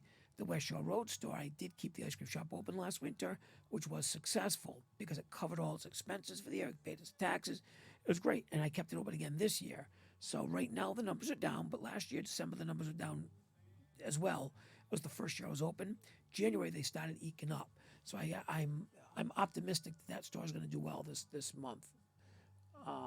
Let's see. I sound like Fosse? I don't know that. I don't know. My voice is a little raspy tonight. I think that's just because I get tired. I don't know. I got my booster shot on Thursday. Felt like crap on Friday. I feel fine now, though. I was just tired. So, yeah, the Oakland Beach property. I got to figure out what I'm going to do with that one. This week, I'm actually getting the permits to work on it and fix it up. I'd like to have that up and running for the summer. It has a commercial kitchen in it, has the big dining room in it, and so we'll see. And of course, I bought that other property in Oakland Beach, the 6-unit apartment house. So Bobby, I don't know since you're obviously from around here, I bought the 6-unit apartment house across the street from Iggy's, right next to Top of the Bay. So I just bought that one. But yeah, I like Oakland Beach. Yeah, I do like Oakland Beach. My foreman for my construction crew lives in Oakland Beach. So I do. I like Oakland Beach. I went to Warwick Vets High School. I graduated from Vets. So yeah, that's a 6-unit that I bought in Oakland Beach, and that's a nice building. All water view properties. That's the one, if everybody knows, as the cat lady. That's the one with the cat lady. So anyway. But anyway, all right, so I got like 3 more minutes to answer questions. Let me see if there's any more in here that like I said, I go through my TikToks and I like to answer questions. I answered that one. Okay, good. Let's see. Oh, I already answered this one. How do I work in houses with no heat? I use the propane. What is the most expensive thing I ever found? Well, that was the gun collection. That was the most expensive thing I ever found. Let's see. What's this one? Oh, how come I don't rent out the house that I buy at the auction? So single-family houses, if I'm ultimately going to sell it, I'll rent it temporarily, obviously, to cover my expenses. But they're not worth keeping because if I tie up 200,000, 300 on a single family house, I'll never get a return on my money. It's really the return is to fix up, sell it, take the chunk of money, use that chunk of money to buy another, for me, another house for my portfolio. Some people might use the money for something else, but for me, I'm adding to my portfolio. So I will never keep a single family house. I'm not going to renovate it and keep it. I'm going to renovate it and I'm going to sell it. I'm going to flip it. Even some of the two families, I just sold one a couple weeks ago. I do duplexes. I will also fix up and sell. Now, if you're going to invest in a duplex and sell it, here's what I suggest. If you want to get the most money, the most profit, you take the duplex, you fix it up, both sides. Whatever side is the smaller or the less desirable, rent it. Rent it, get a lease. Leave the other side empty. Sell the house that way. Because typically somebody buying a duplex may want to live in that side and they're going to be thrilled, and the bank is going to be thrilled for them if you already have a lease in place and you're getting income. I've had very, very, very good success on selling duplexes where I've had one side already rented out and I leave the main side empty. If a buyer says to me, "Hey, could you rent it?" Because I want to, as just an investment. Do you want to? I'll rent it for them. Fine. But when I put it on the market to sell it, I have one side rented and one side empty because the side that's rented will cover the mortgage of anybody buying the house anyway. So if you're going to sell a dupe, if you're going to buy it to flip it, I would say you fix up, you rent one side, and you leave the good side available. I've had excellent success with that. Very, very much success. I've never purchased in Providence, though I've been looking. I had the opportunity. Well, I didn't have the opportunity. I tried to have the opportunity in Federal Hill. Somebody beat me to it. It was a nice 6 unit in Federal Hill in Providence. There are certain areas of Providence that I would buy in. Federal Hill, the East Side. Of course, those are the expensive areas. We all know that. But yeah, I definitely would. I'm not against Providence. I like Providence as an investment. I own a piece of property. I own a 15 unit in Pawtucket, right on the Providence line, on Pawtucket Avenue, right on the Providence line. But anyway,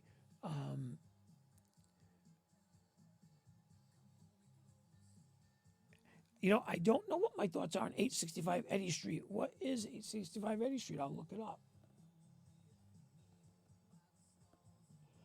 Oh, my audiovisual business, for somebody who's asking, well, I'm looking up 865 Eddy Street. My audiovisual business is a commercial audiovisual business where we set up screens, projectors, sound systems, staging for large conferences and meetings, small concerts, but pretty much commercial conferences, meetings, conventions all over the country. The name of the company is Audiovisual Services, audiovisualservices.com. That's the website. Started out as New England Audiovisual because I started out as a regional business here in New England. But in 2000, we realized, you know what, we're going to go national. So now it's a national, actually international business. It grew to be very large before COVID, and then COVID hit, and it grew to be very small when COVID hit. But now it's back. It's back. We're going strong. Throughout COVID, a lot of these businesses, our competition, went out of business. They couldn't sustain it. But because I had other investments, other businesses, I was able to keep my staff employed in my other businesses. And as the conferences started coming back, we started doing them. In December, I went to Miami to a conference to visit one of my staff. I went to Washington, D.C. to visit my staff. We did a big conference in Washington, D.C. Last month. Today, Rick is on his way to California to do a conference. So that's the audiovisual business. It's corporate audiovisual for meetings and conferences all over the country. So that's how that started. That business is it's a 6 unit, not on Zillow, only on MLS right now. Okay, it's a 6 unit on MLS. So the question would be, that's interesting. The question would be, how long's it been on MLS, and are they asking too much for it? Let's see. I'm looking it up right now as we speak on my iPad. So let's see what comes up. Oh, yeah, there it is. Well, it's a nice looking building. Let's see what's in the neighborhood. You got commercial across the street. Okay. Oh, yeah, I know what that is. All right. So it's a nice looking building. I guess the big thing right now is you'd have to, I don't know if it's listed on the MLS because I'm just looking at the Google Maps right now. You find out how much it's taking in for rents, what the property taxes are, if the utilities are divided up, and you do the math. And then, of course, I don't know how much they're asking for because I'm not on there. But it's a nice looking building. Now, the only thing is, I don't see parking unless it's on the side street. I'm a big fan of parking. I really value parking. I don't see, maybe there's parking in the back. Parking is a big issue. If you want long term tenants in neighborhoods, I'm not talking in downtown areas, Boston, Providence, Rhode Island, New York, Manhattan. I'm talking about neighborhoods, stuff like that. Parking is an issue if you want long term tenants. So if you've only bought in South County, if you're in South County, I only buy in my area. I grew up in Warwick. I live in Cranston. So what do? I buy in Warwick, Cranston, East Greenwich, Coventry, Johnston, Smithfield, Cranston, all around my area because that's what I'm comfortable with. It's close by. It's close. I can manage it easier. So that's my niche. So if you only buy in South County, if you're in South County and you only buy in South County, you may want to only be in South County because managing that's like even for us now. One of my guys, Woonsocket. There's a lot of properties for sale in Woonsocket. Woonsocket looks like a great place to own property, but again, it's a 40-minute ride for us to go up there and maintain it, to fix something, to rent an apartment, to show an apartment. It's a little bit out of my comfort zone, so I don't do it. I don't bite the bullet and go to Woonsocket. I think there's still enough properties in our area where I don't need to go to Woonsocket. But again, it's one of those things where, if you're in this area, then why not? Why not invest in it? I mean, it looks like a nice a big house, but I can't tell except from where I'm at. I can't tell. Oh, there we go. Let me see if I can go up the street here a little bit. Trying to see if there's parking. The only other thing about this area is it's pretty close to. It's close to a seedy area of Providence. So that's the only problem I would have there is what type of tenants are you going to get?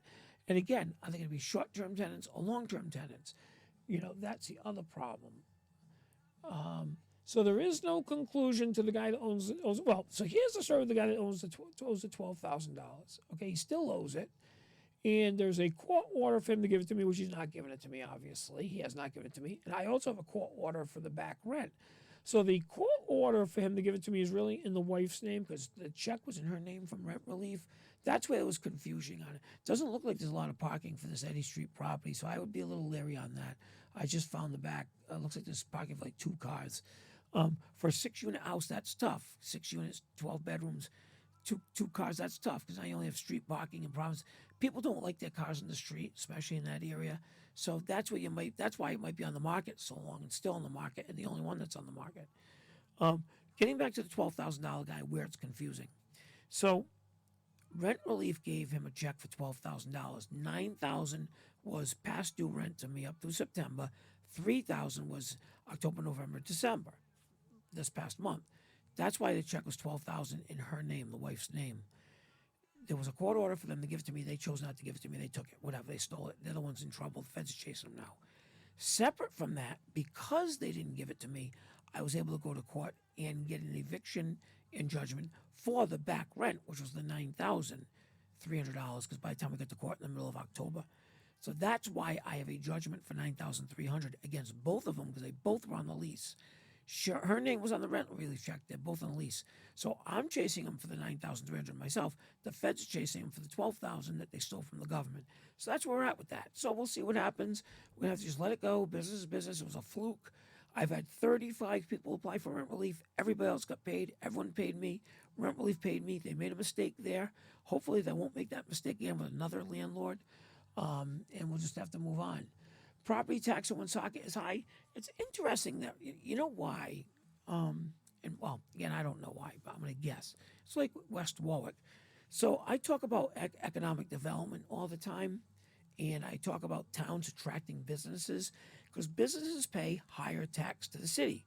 If you can attract businesses to your city as a city, they're paying higher property tax, and it offsets the residential property tax and keeps the property tax lower for the residents.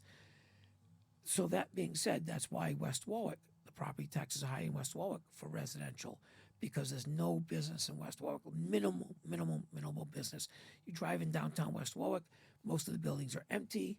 It's unfortunate. Downtown is a nice downtown area. It looks like it could be a thriving little village area. Nothing, zero. So because there are no businesses paying taxes, the town has no choice but to raise property taxes, and the residents are the ones paying a lot of property tax. I feel the same way in Woonsocket. I feel it's the same way in Woonsocket.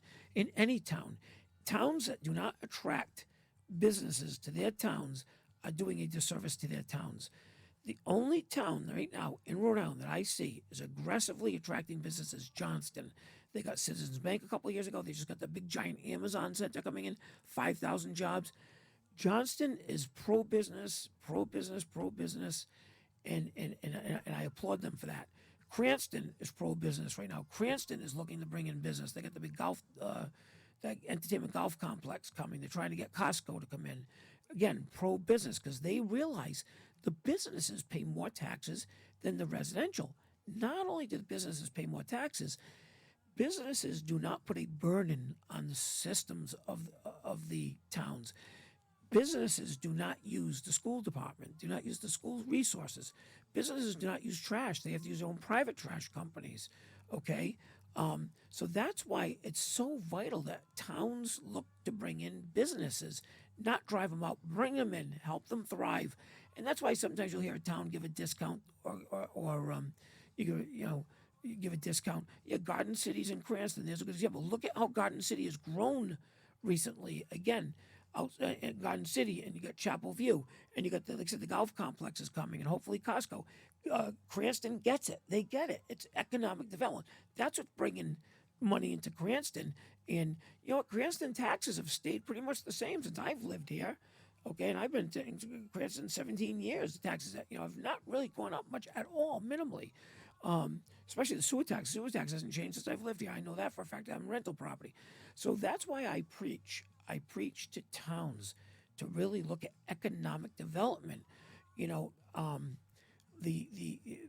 helps the regular property owners, and property owners don't even understand that because it's almost like a secret. The towns don't want to talk about it. They economic development.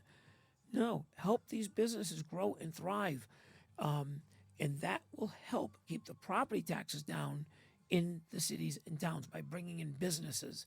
And that's why I get frustrated when I see towns like Woonsocket and West Warwick that don't bring in the businesses. They're not growing the economic development like they could be to keeping the property taxes down. And so that's really it's the bottom line, with any town. And again, businesses do not use school resources. See, what happens is when you build a lot of houses in towns, yes, you're building the houses, you bring in property tax, but it's kind of a break even for the towns and cities because any money the town brings in has to go to the school department to pay for the kids that they're bringing into the school system as they grow the cities and towns, the neighborhoods. That's why businesses, there has to be a nice balance. Businesses bring in tax dollars to keep the taxes down, and then of course you want to have families there because you want it to be a nice balanced community. So that's why I get aggravated about the cities and towns with the economic development because there's so much potential that's lost. And it seems like common sense to me too. It just seems like common sense. It has nothing to do with, Providence Place Mall.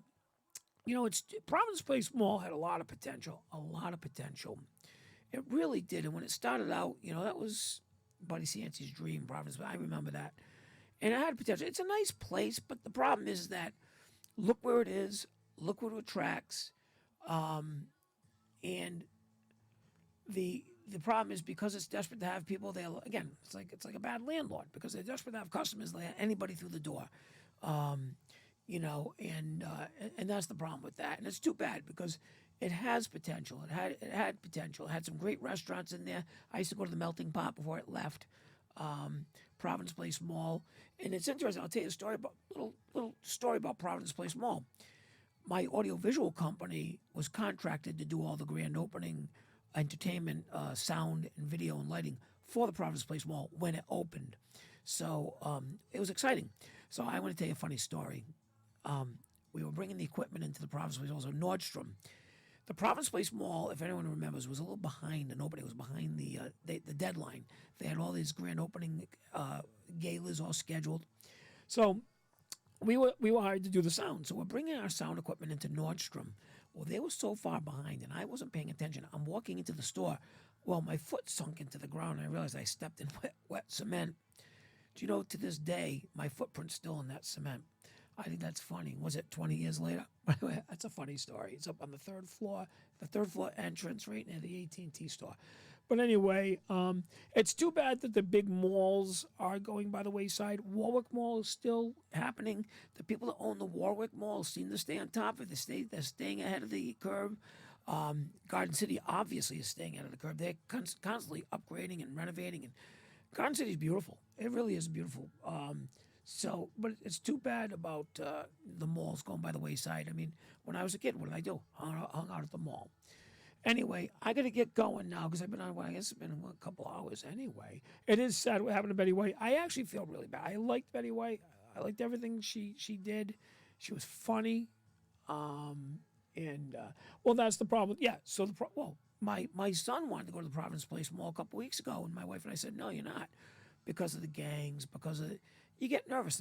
My son's 15, but he's a 15-year-old from Cranston. He's not a 15-year-old from Providence. And yeah, that's the problem with that mall, that they're allowing the gangs to come in. But the mall ownership will not pay enough security. I think they should have security at every door. I think they should treat it like a nightclub. ID people, where you're from, what are you doing here, what are you coming to buy? Be a little strict about it. If a group of 10 people come, no, too many. You can only let two people and 3 people.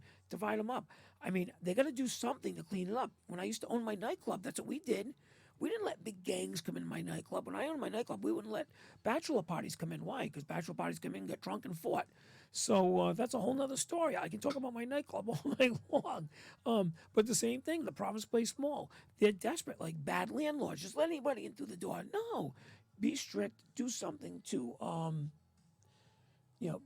do something to manage it better. Because you're right, it's only going to be the destruction. No one's going to go there anymore. People are going to be afraid. Like I said, my son wanted to go to the movies there, and we said no, and we wouldn't let him go. And it's too bad, because like Dave and Buster's is there. It's a fun place to go, but you got to get nervous about going there. I'll go there with the kids, but you get nervous about going there. It's too bad. Now, full disclosure, it's the only store around there has an Apple store, the only mall around there has an Apple store, and I go to the Apple store a lot, so I have to go to the Province Place Mall for the Apple store. But in fact, it's funny, the Apple store is the only store that has people in it when you go to the Province Mall. It's packed.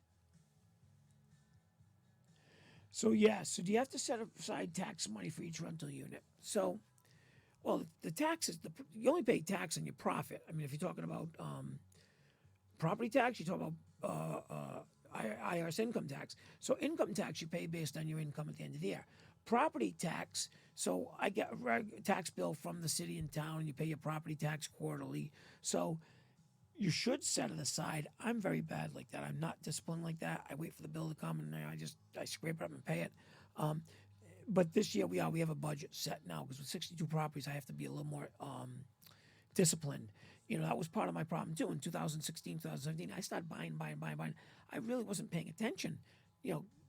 I never had it in one place what I owned. I used to have a file cabinet. That was it. Now I see the list, and I surprised myself. So yeah, you have to have a budget to pay your taxes and mortgages for that. And then if you're making money or not too. Let's see.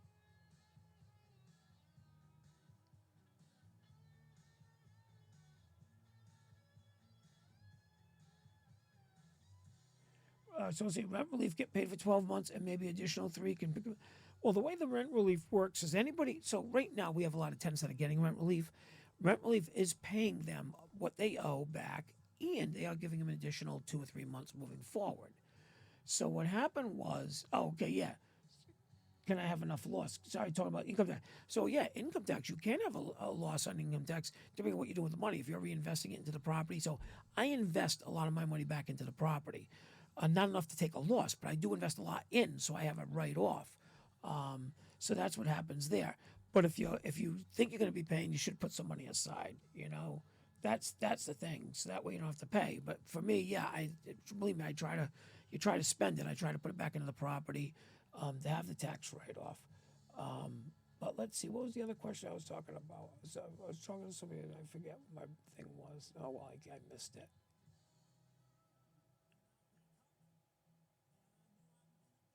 Anyway, so so the big thing is with the even with that, that's why I talk about the profit. If I'm organized, the more organized I am towards the end of the year, I'll know if I'm going to be paying taxes or if I'm going to owe taxes. If I'm going to owe taxes, it makes sense for me to go make an investment, buy something for the end of the year, so that way I'm using the money, not giving it to the government. I'm using it. That's just creative ways of not having to pay huge taxes or give it away, use it to your advantage. I talk about my employee party. My employee party is 100% tax write-off.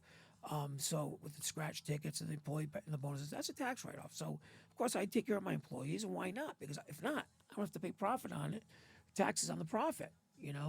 So that's why I do that. So anyway, all right, I have to get going tonight. This was a good live. I appreciate all the questions. I think I answered all the ones I had earlier too. Let me see. Yeah, I answered that one about getting to the houses. So, somebody said 30,000 seems low to renovate the house. So the house I bought the other day for 265,000, I said on TikTok I'll be spending about $30,000 on it. So now I have to explain that the plumbers work for me, the electricians work for me, the everybody works for me. My supplies I buy wholesale, and so I know going into it what my payroll is going to be and what it's going to cost me to renovate the house. When I said 30,000, I believe it's going to be 30,000. 5,000 will be for painting the house. Another 4,000 will be for doing all the hardwood floors, getting all those redone. So that's 9,000. I'm building a bathroom. That's going to be about 5. So that's 14, and the rest is going to be the kitchen, the granite, the new counters, the flooring, the stainless steel appliances. So it's going to be about $30,000 to get that house up and ready for me to sell. So that's where I came up with the $30,000. So now, if somebody doesn't have the resources like me, I would say you have to add 30% onto that because you have to pay somebody else. You're paying them their profit. So instead of 30, it might cost you 42, 45,000. Doesn't mean you can't make money on it because if you pay 265 for a house, put 45 into it, you're into 310, right? Sell the house for 399, you pay your 15%, you're still making $50,000 profit on it. So again, I'm not looking to be greedy. I'm not looking to make the big score, but that's how I calculated it when the person was asking about it, about that anyway. So I just wanted to mention that. Let's see. All right, so I guess that's it right now. I think I answered everything. And again, if you folks have any questions, you can always go onto my TikTok, ask me any questions you want any time, and I'll do what I did tonight. I'll answer them in my live, or I'll even answer them with a video throughout the week. Sometimes I just do a reply with a video. So, but I appreciate everything again, and I will talk to everybody soon.